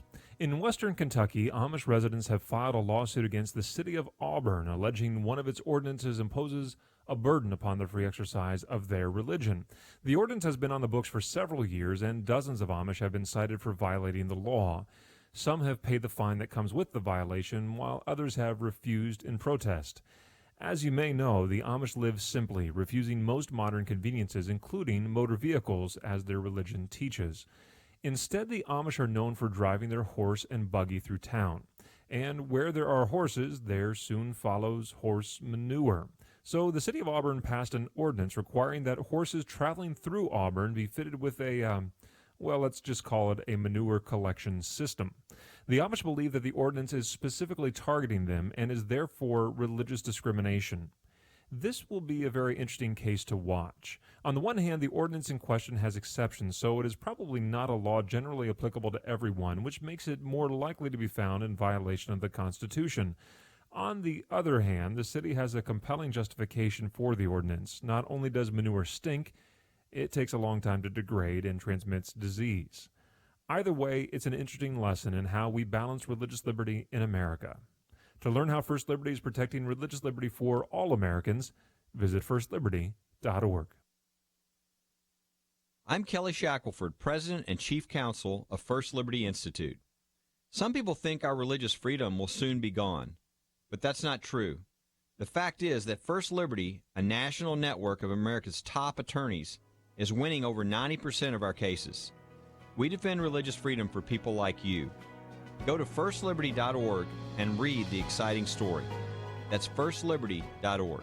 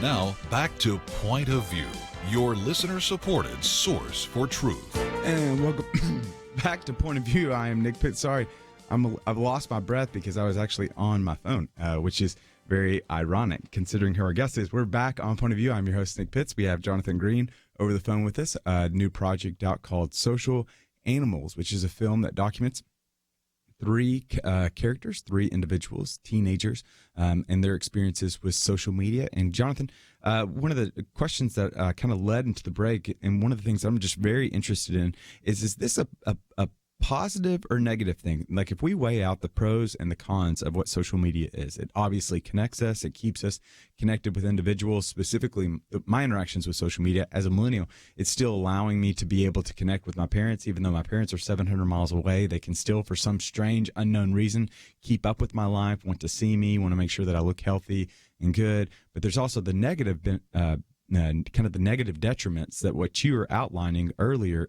in the last segment of it's kind of creating this, it's kind of giving you a running tally and kind of disguising itself potentially as like this idea of your false worth kind of deal. So help explain, elaborate. Is this a positive or negative thing for us to be able to interact with? Yeah, I mean, it's such a great question. I think, like so many things in life, and like you just outlined in your examples, I think it has both positive and negative facets to it. Is the internet a positive or negative thing? It's so complicated and it's so powerful and it's so ubiquitous that it certainly has positives and negatives. We can't easily fit it into one category or the other. I think that's the conversation that people are having more now around and about social media than maybe they were, 5-10 years ago, because we just hadn't lived with it in our culture and in our psyche and in our behavioral kind of patterns long enough to be as reflective as I think we are now. And I think why the film hopefully is helping stir, rich conversations, asking just that question, and what we try to do with the film is actually show both. We definitely don't come in, with the strong agenda in the film to say, oh, social media is evil and, no teenagers should be on it. Look at all these examples of how it's destroying these teenagers' lives. That's not the movie, nor is it a puff piece saying like, oh yeah, it's great, we're connected and everybody should be on it and what's the big problem.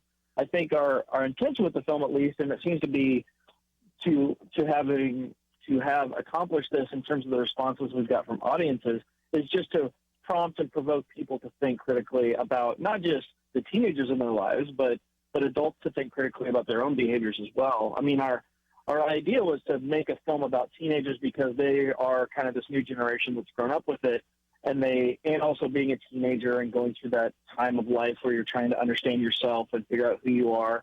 The stakes are obviously really high, and now there's this new tool.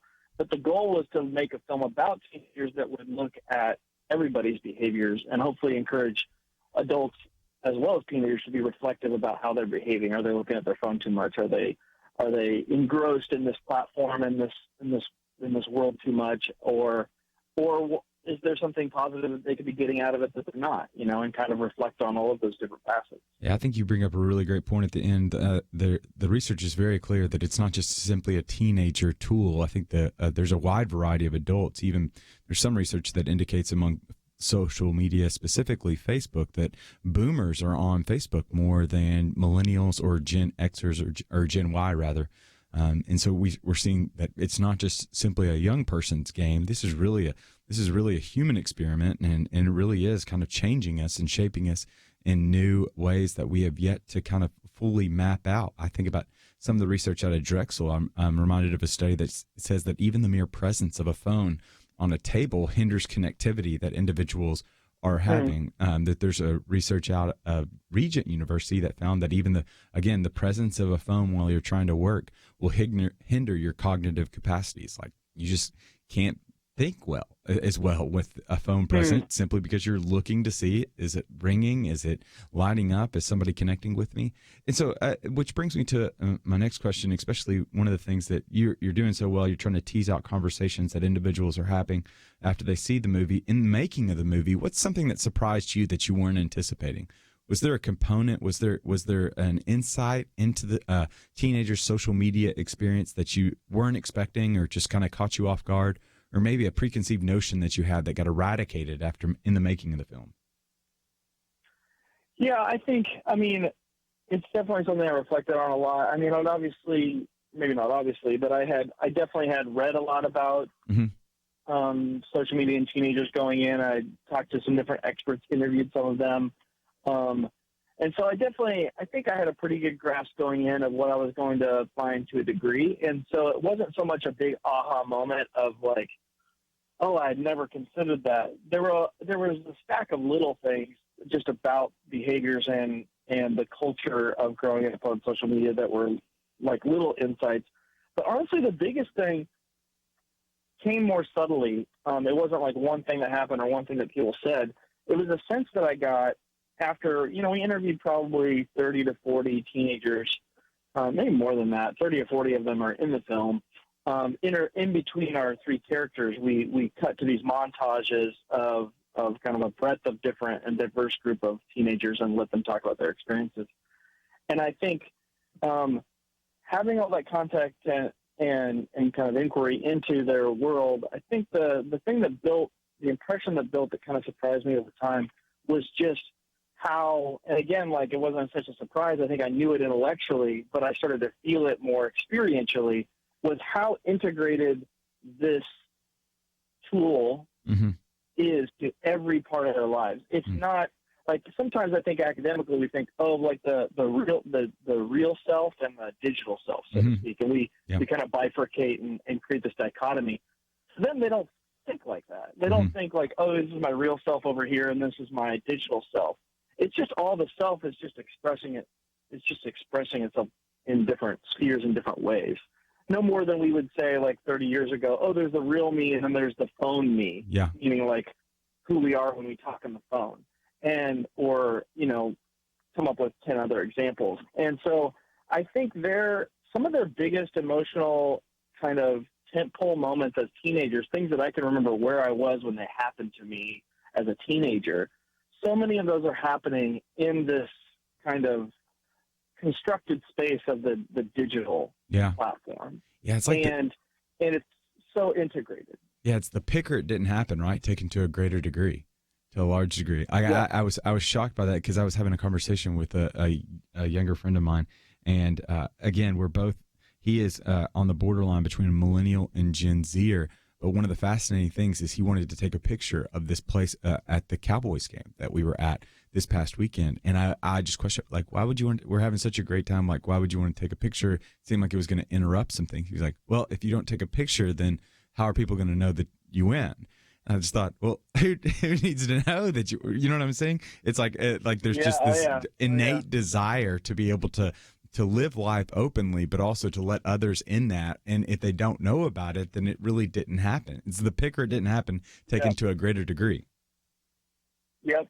And I think it's so fascinating because obviously it's a good and thing, like, and one of the things that distinguishes us as humans, and hence the name of the movie is Social Animals, which comes from the Aristotle quote that man is a social animal, that it should live in society and in community and like in exchange of sociality with other people. And that is a good thing that we want to share, right? Our experiences. But now, because of the camera phone and because of social media, one of the main means by which we do it is this kind of unidirectional thing where we document and we put it out there and we get these little bits of data back, a like or something. Yeah. And that's versus us being in conversation, sitting around explaining verbally and with passion and with emotion our experiences and sharing in that way. That's great. Well, Jonathan Green, thank you so much for joining us. Again, you can go to pointofview.net to find out more, and we'll be back right after this. Here's some great news. If you missed the deadline to sign up for health insurance, or more importantly, if you sign up for a plan that you're just not happy with, you still have a choice. It's called MediShare, and MediShare is a Christian healthcare sharing program. It's been around for 25 years. They have more than 400,000 members now around the country. And get this, over the years, MediShare members have shared more than $2 billion of each other's medical bills, so they could help share your needs too. And best of all, you could save a lot of money with MediShare. The typical savings for a family is around $500 a month.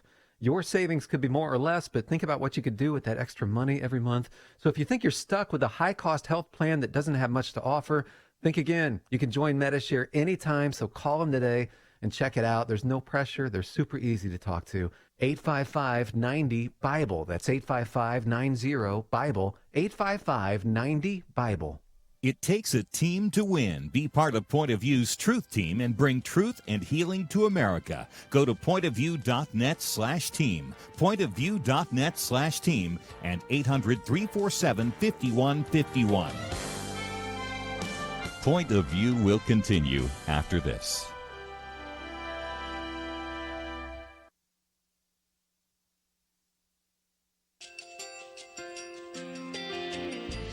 I just want to thank you so much for all the wonderful programming you have. You're just absolutely fantastic. I recently started listening to Point of View, and I really found it interesting because of the different subjects you cover. Thank you for that. I really appreciate everything that you do in keeping us informed. Thank you, Kirby, for everything that you have been doing. I appreciate all the work that you're doing, advocating for the Word of God. Thank you so much.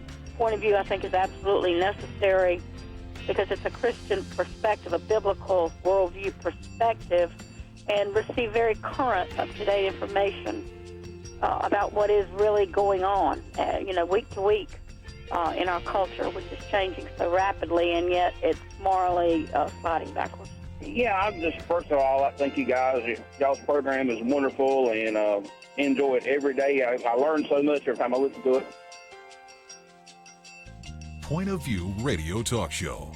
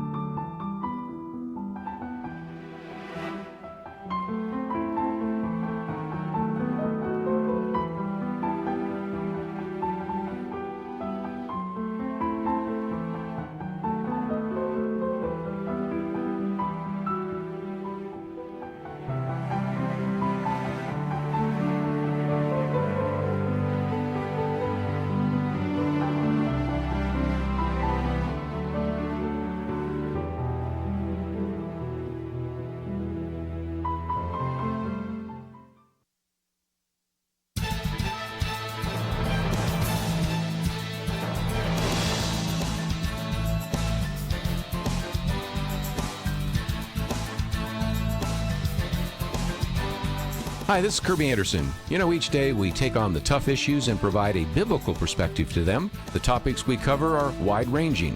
Apologetics, theology, prophecy, creation and evolution, intelligent design, marriage, family, child-rearing, the millennial generation, friends and society, politics, economics, business, religious liberty, the Constitution, public policy, foreign policy, military policy, tensions in the Middle East, abortion, homosexuality, pornography, sexual ethics, media, technology, history, and America's godly heritage.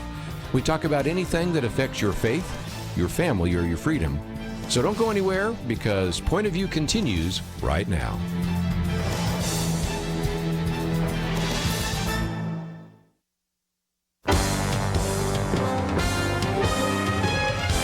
Across America, live. This is Point of View.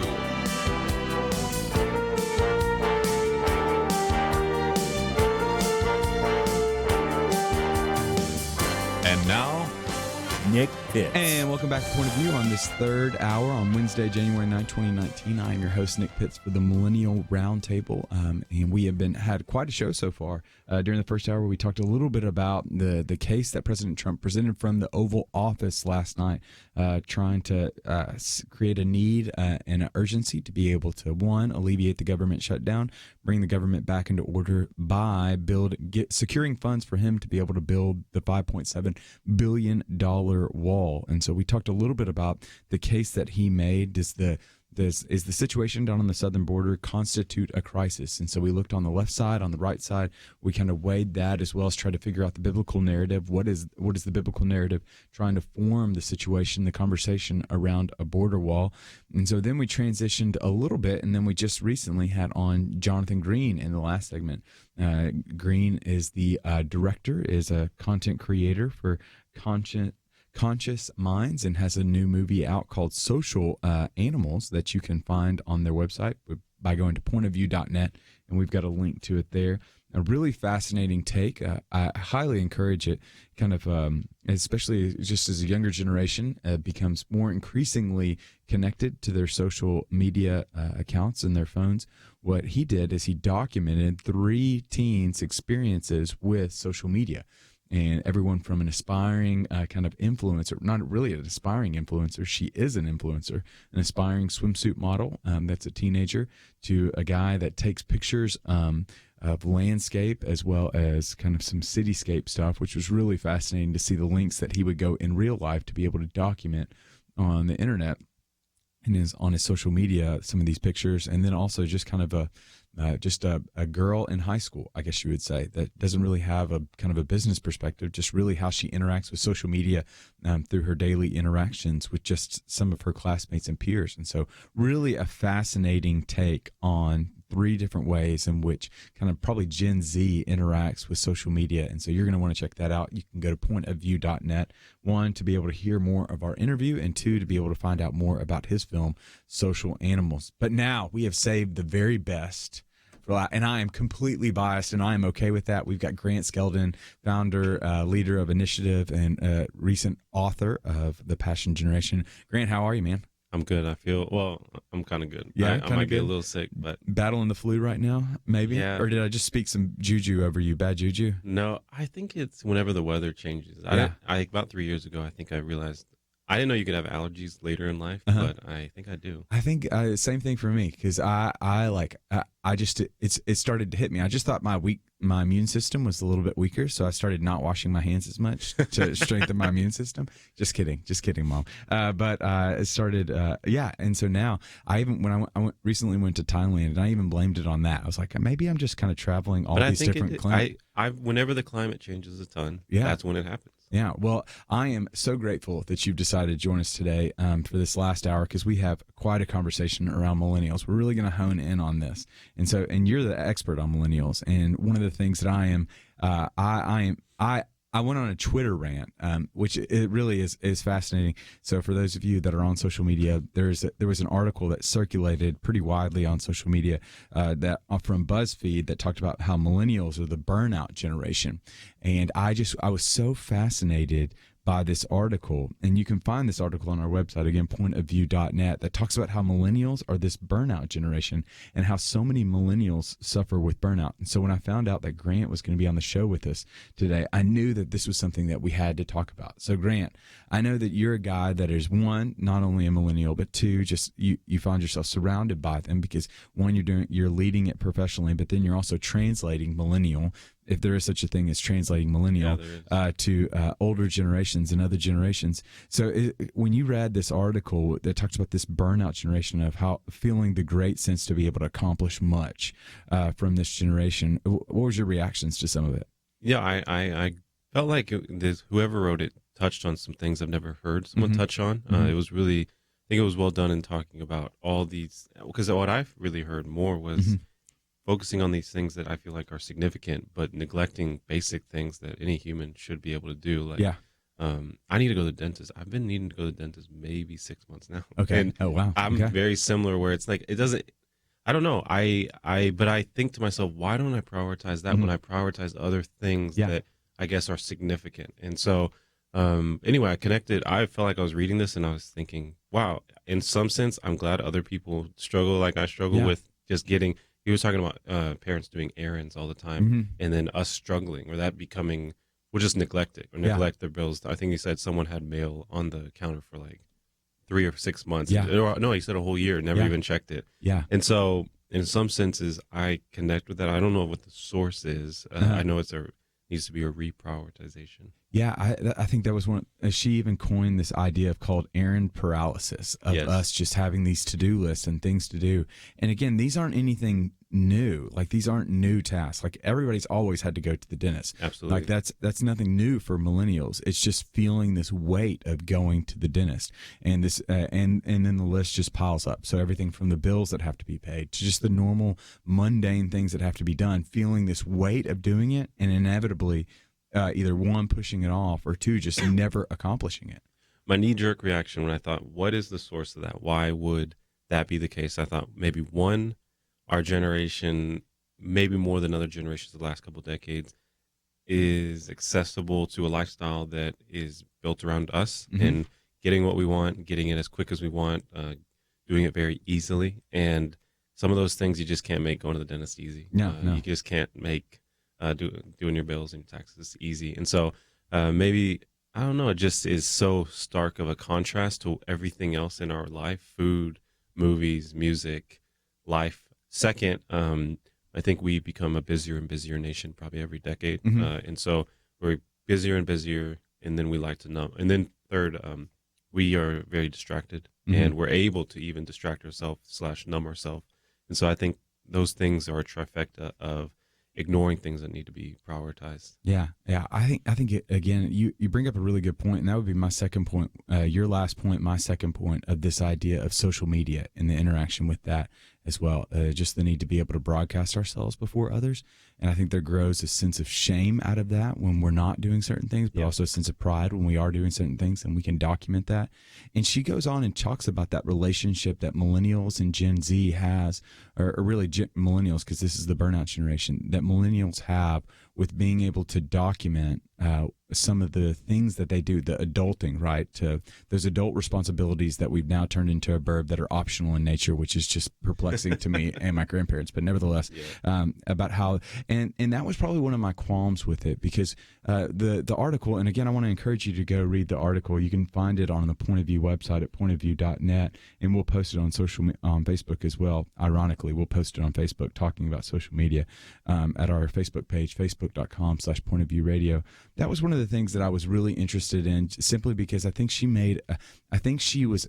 argued for our relationship with social media is a requirement, when in reality it's more optional in nature, a want and a need kind of component delineation that I think she misattributed, which we're gonna have to take a commercial break, but we'll talk about that a little bit more after this break. But if you'd like to join the conversation, what do you think about the idea of millennials being the burnout generation and feeling that sense of weight of the world? You can call in at 800-351-1212. We'll be back right after this.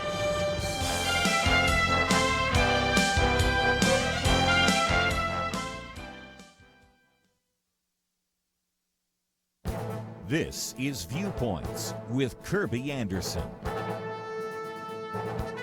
If you've ever taken a social science class, you've probably heard about the law of unintended consequences. Sometimes a policy generates unexpected benefits, but it is usually also producing unexpected problems and even perverse incentives. Although this reality usually develops because of government programs, it also surfaces within companies and corporations. Last year, Starbucks announced that anyone has the right to use a Starbucks restroom.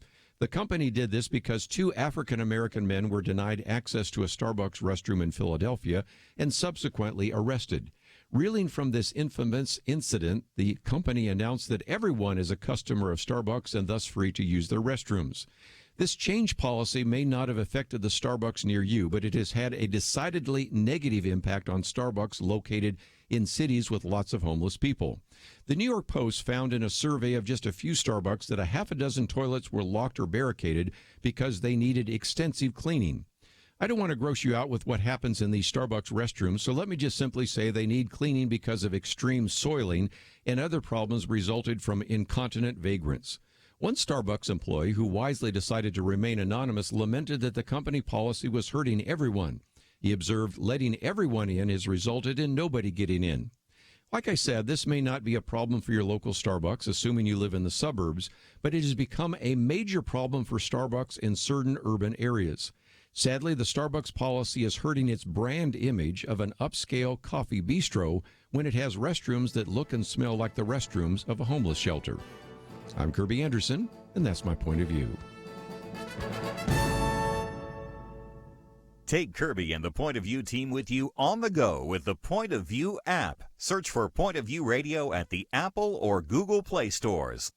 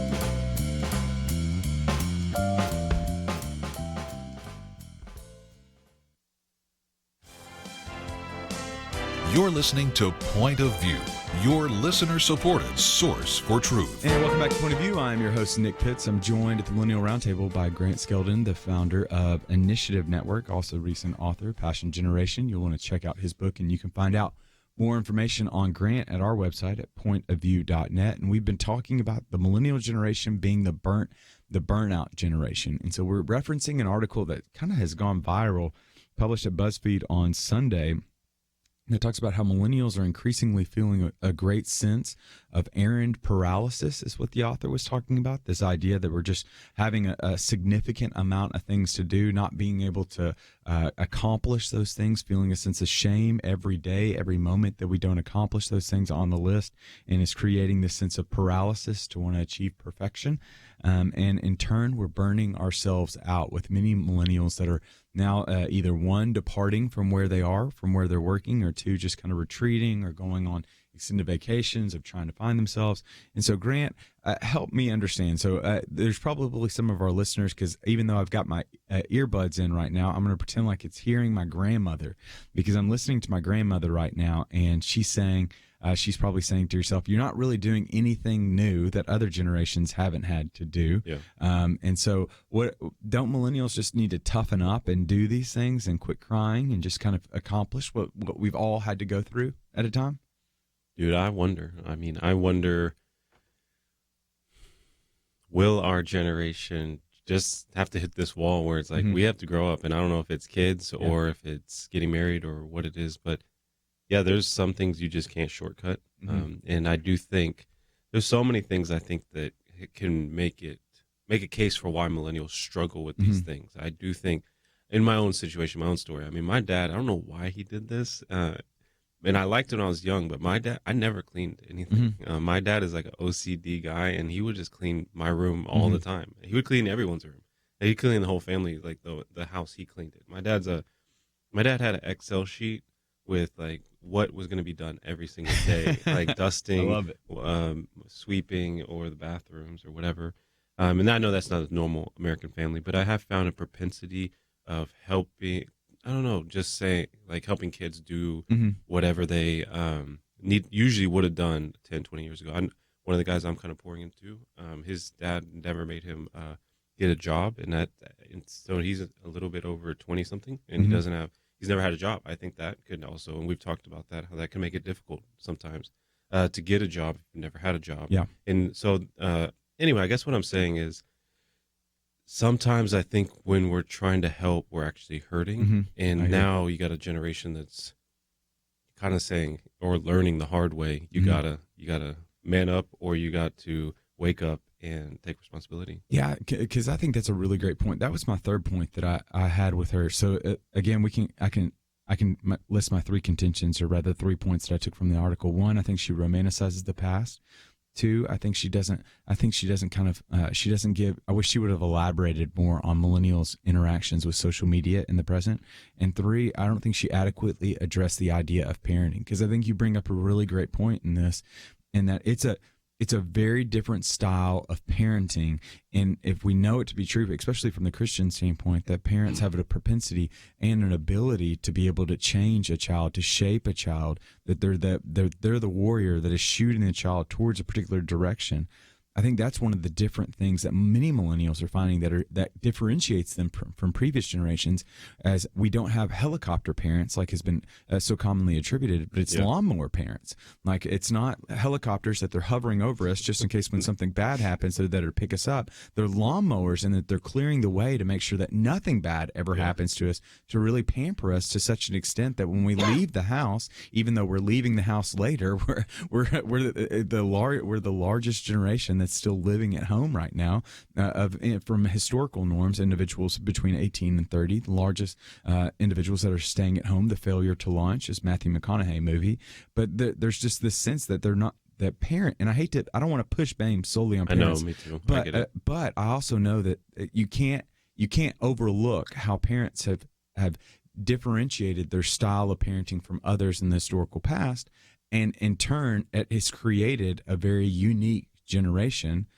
to such an extent that we're seeing these individuals, to again channel the classic Matthew McConaughey, that have not there's been a failure to launch with them.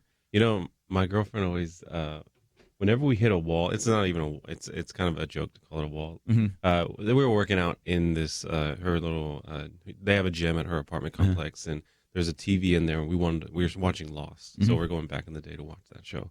And she's like, can we figure out how to watch Lost? And just, Grant, you always find a way to do something, like find a way, like, and I kind of took that as a compliment, because she's right. And so I'm like, okay, we need to get HDMI cord. We don't have internet here, but we have a phone. I have a converter. And so we've figured out a way to make it work. And I know it's like a small thing, but even like our generation's actually in some sense pretty good at finding a way. Today I was like, I created something through graphic design. I was like, man, I never went to school for this, but I found a way.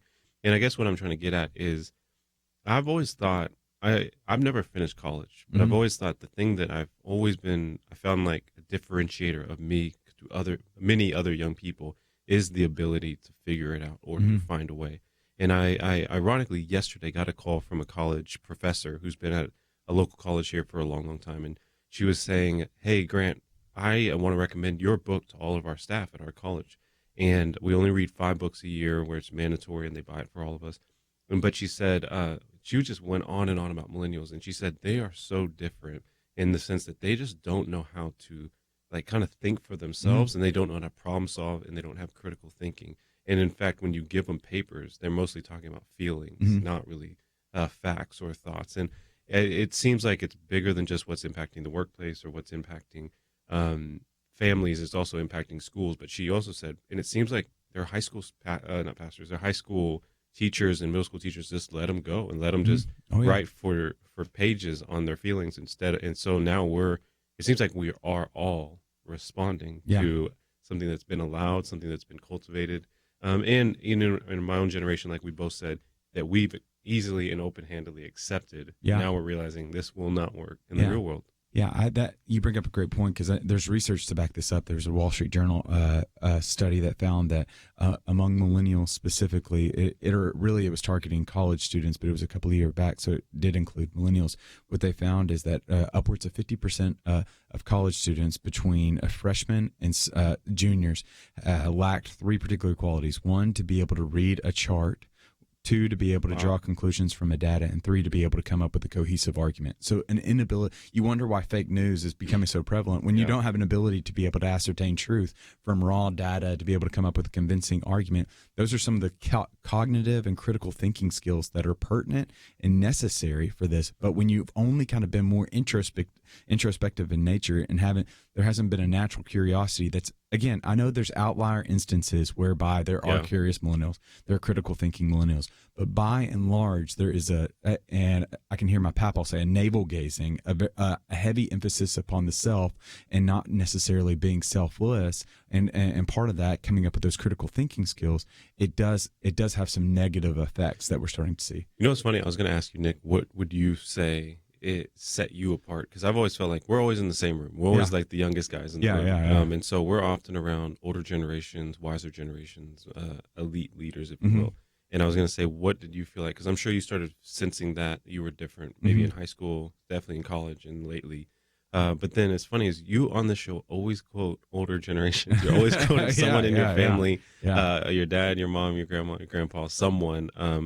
And so I think as I always say, to me, it wasn't so much family, but it was mentors and it was disciple makers. As I think that's a key difference is the young people that are a little bit more mature, a little bit more critical in their thinking, a little bit more able to take on big responsibilities. They had these sayings that were passed down to them from their parents, or they had people that challenged them or people that gave them big responsibilities. Yeah, I mean, it's the two things. It's like family and then social connections, right? Yeah. And so like the research is very clear that 40 to 41% of kids that are born today are born into unwed families, and whether that's kind of volitionally, just because a mother's not wed to the baby daddy or the husband, or two, the parents have already split up, and so you have those ties that are so significant. And when they're applying to 40%, upwards of 40% of the newborn, which would be Gen Z now, but it's been like that for forever. I think that's huge when you don't have that mother and father instinct. And then the social connections, we're just bowling alone, as Robert Putnam said. You don't have parents that are joining churches, that are being a part of United Way, that are being upon Aquinas, but we're being age segmented, which I think you've alluded to so well. We're eighth graders asking other eighth graders for life advice. That we don't have those older generations to be able to interact with. You know what's funny is I thought 80% of your advice I think you get from you said social connections or family. I think the 20% you get from lyrics from songs from the 80s or 90s. So as the great Drake said, wise man once said nothing at all. And so we've got to go to a break right now. And so when we come back from the break, we're going to continue talking with Grant Skeldon of Initiative about millennial burnout generation. We'll be back right after this.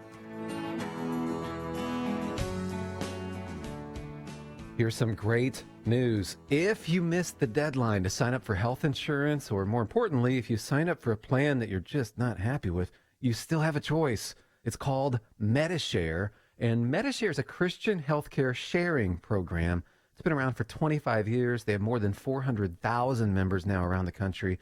And get this, over the years, MediShare members have shared more than $2 billion of each other's medical bills, so they could help share your needs too. And best of all, you could save a lot of money with MediShare. The typical savings for a family is around $500 a month.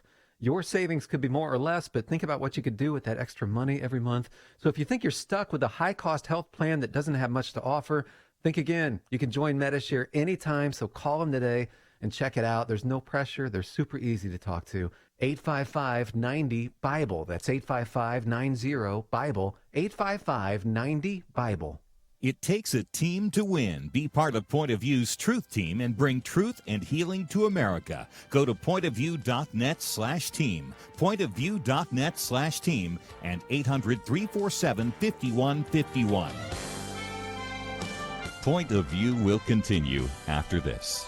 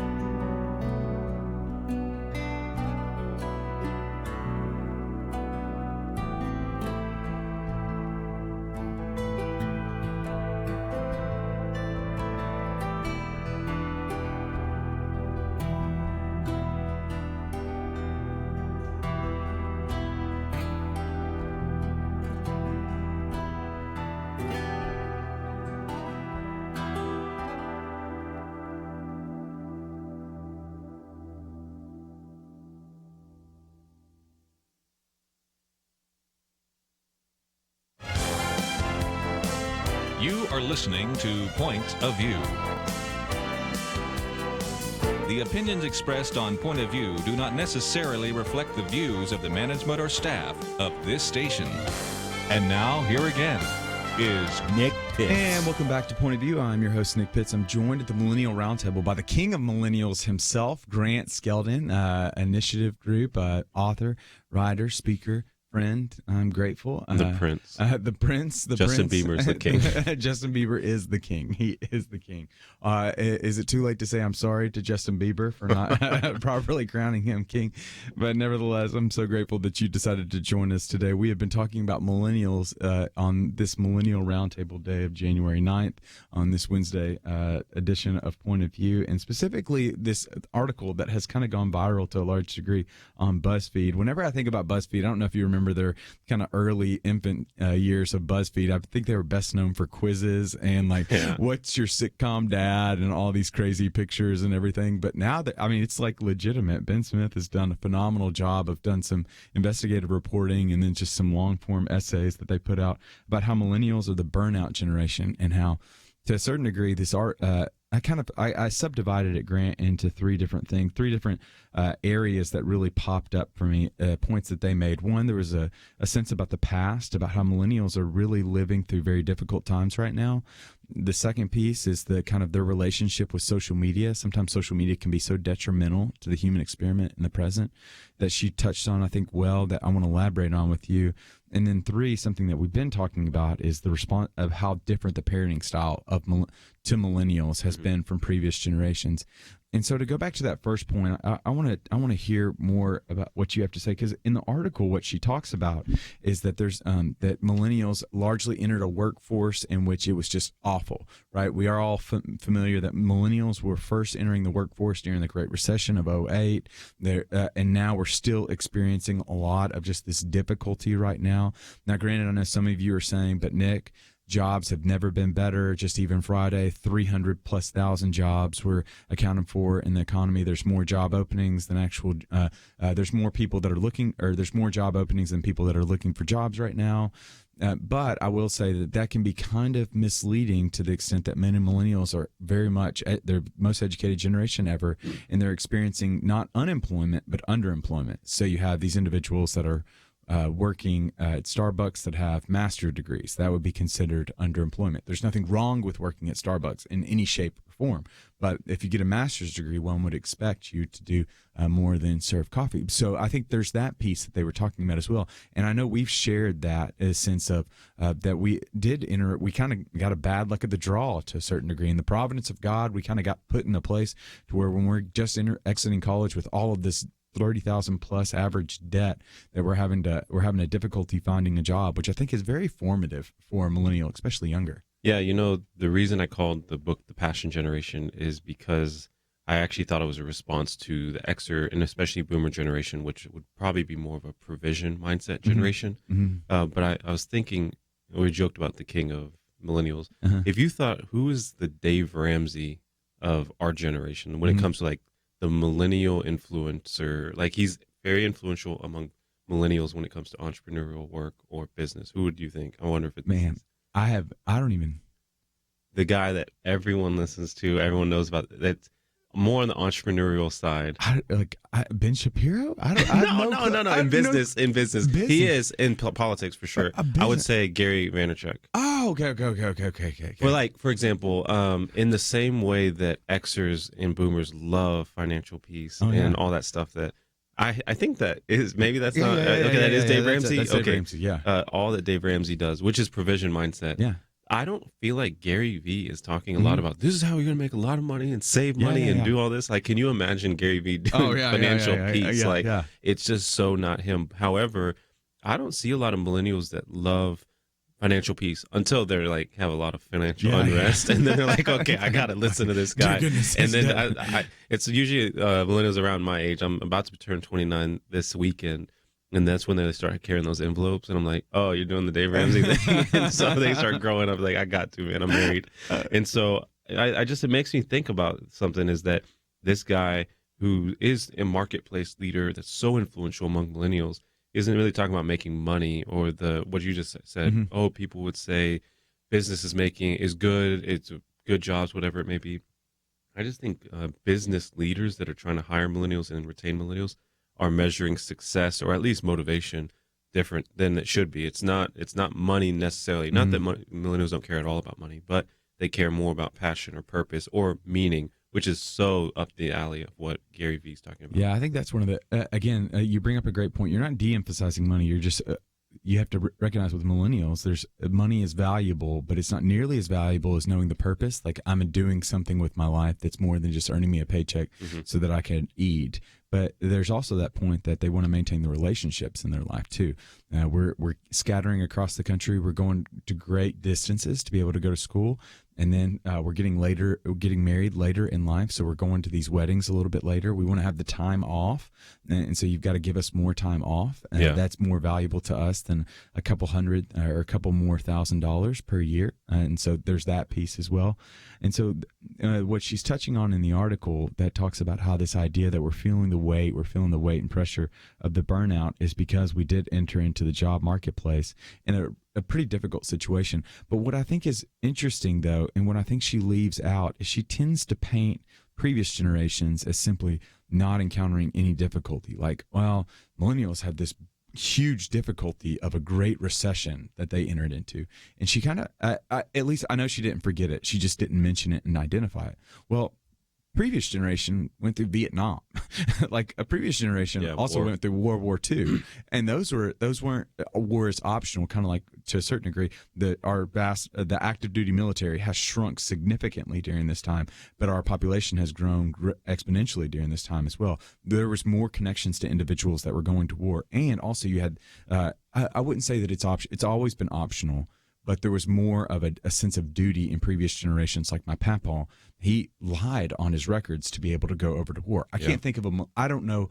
I know very few of my millennial friends that would lie on their records to be able to go fight overseas. Like, if anything, it's like the exact opposite that's going on, right? Hiding their records in order to not have to go fight. Yeah, I mean, a big part of that is, it's so crazy. I had a good friend that literally, they're 30 and they were just recruited out of nowhere, or they didn't get recruited. Someone tried to recruit them out of nowhere. I didn't even know they tried to recruit you at that age. And they were like, I'm not interested in going to the military. And the person's like, I think it'd be a great fit, blah, blah, blah.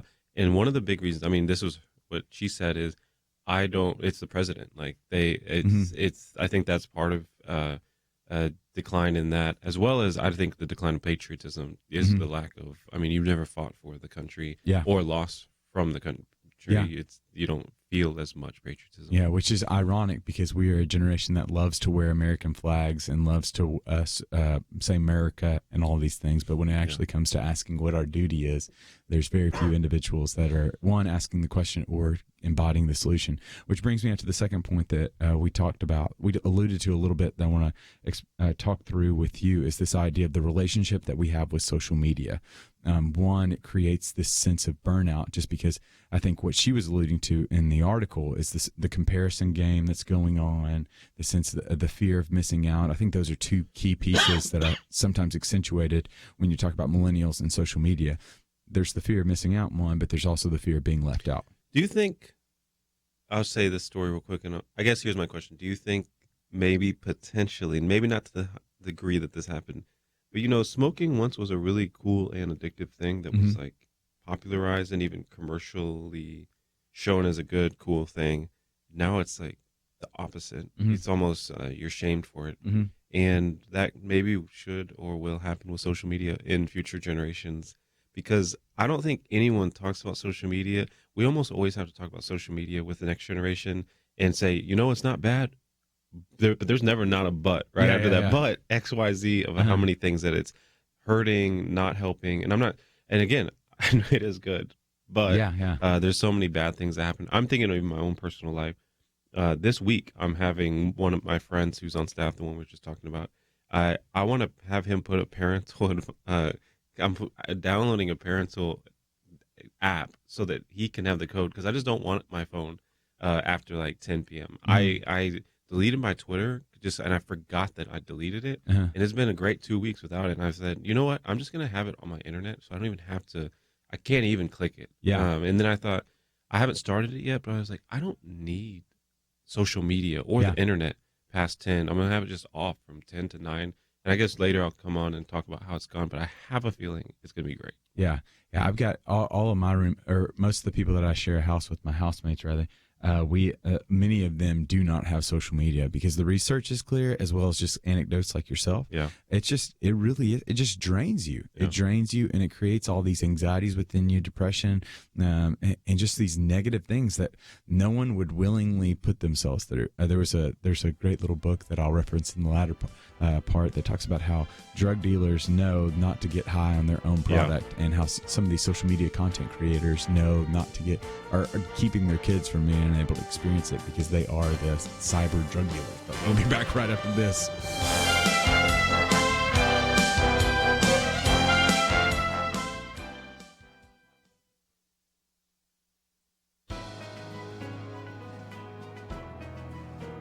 Welcome to the First Liberty Briefing. I'm Jeremy Dice.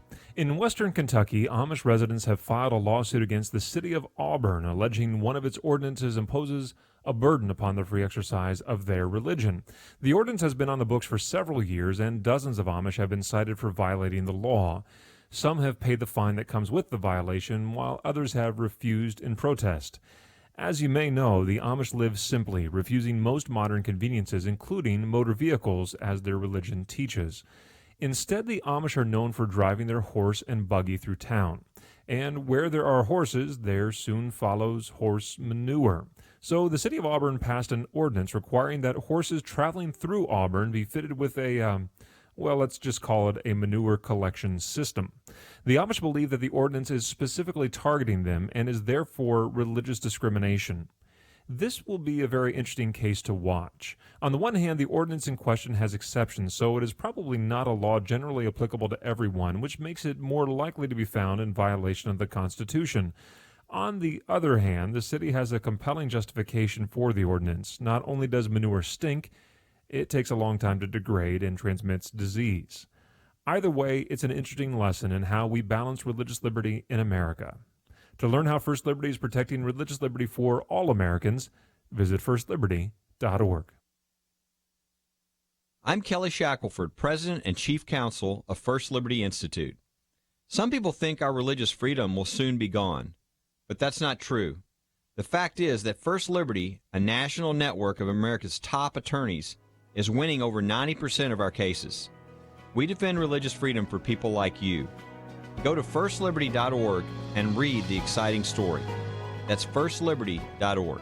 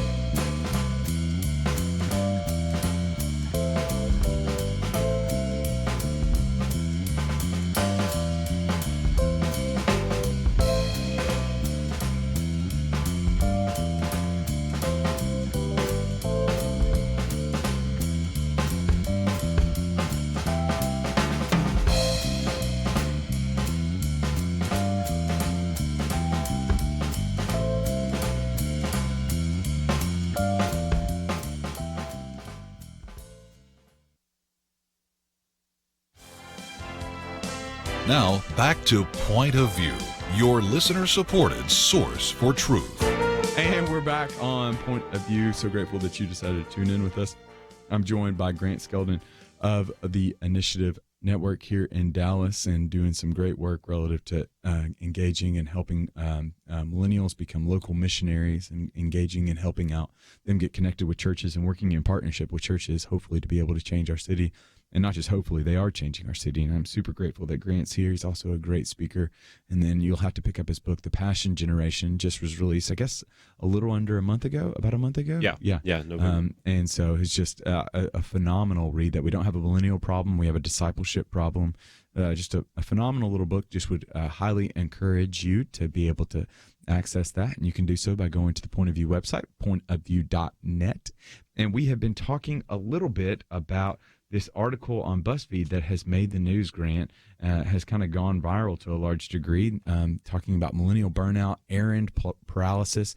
I know that many of our millennials that are listening right now would kind of sense that. You've got your to-do list, whether that's on your phone or whether that's on a piece of paper right now. You're feeling a sense of weight of what you should be doing. And to be able to cope with that weight, you're getting on your phone and playing a game or check Insta or something along those lines. And so my three critiques, or I think the three things that really were accentuated in this article is one, she talks about our relationship to social media, how we use it almost as like a coping device. The second piece being just kind of the romanization of the past, that we're not the first generation to have to put up with difficulty, but we are a generation that has our own set of difficulties. Previous generations had wars, World War II, Vietnam, Korea, etc. We have a conflict right now where we have 2,000 troops that are in Syria, upwards of about 11,000, 12,000 troops in Afghanistan, and then troops scattered all across the world. I think around 15% of our active duty military force are scattered across the world, but not one in particular that's really heavy emphasis like a World War II or Vietnam, etc. But we have our own difficulties. And so, but what I want to hone in on specifically, and we were talking about on the previous segment, is our relationship to social media, which I just think is so fascinating, Grant. And so help me to understand, do you think social media is change? How do you think how do you think social media is changing us? I think one of the things that I'm keenly aware of, and we talked about this in the previous segment, is people don't think things happen until they post it on social media now. Like, so literally, I talked about this with a friend I went to the Cowboys game with this previous weekend. He wanted to post a picture of all of us at the Cowboys game. I thought, why? We're all having a great time. It's like It would have just been very awkward and uncomfortable to do that. And then his response, I thought was so telling, is people won't know. It didn't happen. Like, people won't know if we don't tell them, right? I was like, well, why do people have to know? Do you find something similar? Are you experiencing similar things? Yeah. I mean, I was speaking at the Dallas Country Club yesterday. We were just talking about it, and it's a big deal. It's not every day. I've never golfed in my life, and I was speaking at a country club. And there's a picture, and I was wearing a suit. It's two things that never happened. I was wearing a suit and I was at the Dallas Country Club. And even today I edited the picture and I thought, I don't need to post this. Yeah. But it does feel like, no one's going to know that ever happened. Yeah. It's just such an interesting dynamic. And I'm trying to figure out what is there why do we feel the need to post? A previous generation felt the need for speed. Why do we feel the need to post? One. And then the second piece is what's accomplished by posting it too, is something I'm really perplexed by. It's hard. I wrote in the book that comparison for this generation is unlimited, and that comparison it's not like it just showed up for millennials. I do think it's increased for millennials because there's more arenas for comparison through social media. I don't know, man. I don't know. There's so many things. I've been talking about millennials for so long, and now I'm like, is it just got to hit a wall and then wake up and say, I just think our generation was introduced to a lot of things and when they were young, not knowing these things are so addictive and they're going to crush you. And just like we were talking off stage or off air, that there's so many apps about stopping us from getting online or shutting down our phone after a certain time, and that we are paying for or searching for things to limit us. Maybe designing life around us as quick as we want it, as much as we want it. And I don't want to just be the guy that rains on the technology parade. I know there's a lot of benefits to it, but I also know that the science is clear that there's a lot of detrimental effects to it. So I think about the sleep, the work, and the play. And we all know the research around sleep, like the blue light that's emitted from our screens lowers the quality of sleep that we have. So literally technology, by us having the screen in our bed while we're trying to go to sleep at night, is literally decreasing the quality of sleep. Work, the research is very clear that many of us are logging onto our phones right now and on social media to be able to work. Now, I want our listeners to know that if you're logged on listening to Point of View through a social media app, it doesn't count. It's not a bad thing. It's actually a good thing. But nevertheless, we're productivity levels are down down at the workplace right now. Individuals are not, the technical term is individuals are not engaged at work at higher levels, specifically among millennials right now. And part of the research is connecting that to technology. And then the third part is the play part. Just the mere presence of a phone, it's very clear, hinders connectivity between individuals, but also hinders cognitive capacities with individuals as well. Like, I don't think as clearly when I'm constantly looking at my phone. I don't connect with individuals as quickly if I think that they're going to be looking at their phone, or we're anticipating an interruption that's going to happen because you're going to see a text and then start. So I do think it has that piece. Wasn't fully expounded in the BuzzFeed article, but I think that's a key piece for us to be able to understand. You know, when I was a new Christian, there's always a couple things that I was like, I don't know why God made this such a big deal, or didn't make this a bigger deal. But one of the things I always thought, why is this such a big deal? Like, if you're going to narrow down 10 commandments, why? I mean, do not kill someone. That's a big one. Don't lie. Don't steal. Don't like cheat on your wife. Those were pretty obvious. Like, I think you can go to any country that doesn't even believe God. Like, those probably aren't going to work out well if everyone did that all the time. But the one that was like, and keep the Sabbath holy. That was the one I was like, God, for real, that had to be one of the top 10. And maybe it's been 12 years since I've been a Christian. Maybe I know in my own personal journey right now, this year and last, I'm realizing how important that is. And maybe in a very socially saturated generation or world, because it's not a millennial thing, it's just all generations right now. Yeah, that's a very, very important thing. And we're seeing the value of Sabbathing and resting, and even putting away something for a segment of time. Yeah, and again, it's not. I think we're being pretty clear. Like, it's not simply just an eradication of all technology, because these are human conditions, and these have been around before technology, and they'll be around after technology. These temptations will be there. It's just understanding the power of it and then trying to limit it, right? Like we believe it to be true that the commands are put into place because they're for our joy. They're not meant to be burdensome. And we see one of the ways that for example, we'll go back to comparison being the thief of joy, and really technology does heighten our sense of wanting to compare ourselves to others. Well, that's coveting, and we know that when we compare it to one another, it does create a lower level of life satisfaction that we have, and that doesn't lead to flourishing whatsoever. So in a strange twist, that when God issued these commands to thousands of years later, who would have thought that technology would have been one of the primary ways by which this coveting could happen in 2018? And Moses probably couldn't have thought that when he was coming down from the mountain, like, man, these kids are going to need to know. Take that, Steve Jobs. Yeah, exactly. But nevertheless, well, Grant, we're coming up to a close, man. Thank you so much for joining us. And you can find out more information about Grant Skeldon and Initiative Network on our website at pointofview.net. And we have got to come to a close and end this out. So thank you so much to the crew in the back. Andrew, Steve, so grateful for you. And want to make sure that you can check out our Point of View website, pointofview.net, or you can go over to Facebook, facebook.com/pointofviewradio. Thank you so much for joining us, and we'll see you back here tomorrow. Is religious freedom still a cornerstone of the Republic, or has it effectively been crushed by the forces of tolerance? America needs Christians to be informed and as unified as possible, applying God's wisdom to civic life.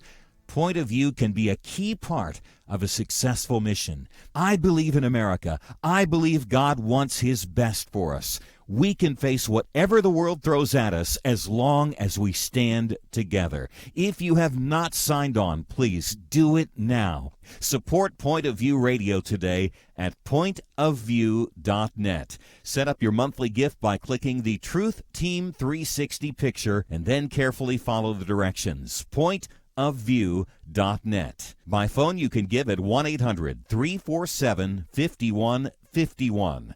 800-347-5151. Or mail that first donation to Point of View, Box 30, Dallas, Texas 75221. Box 30, Dallas 75221. Or call us 800-347-5151. Point of View is produced by Point of View Ministries.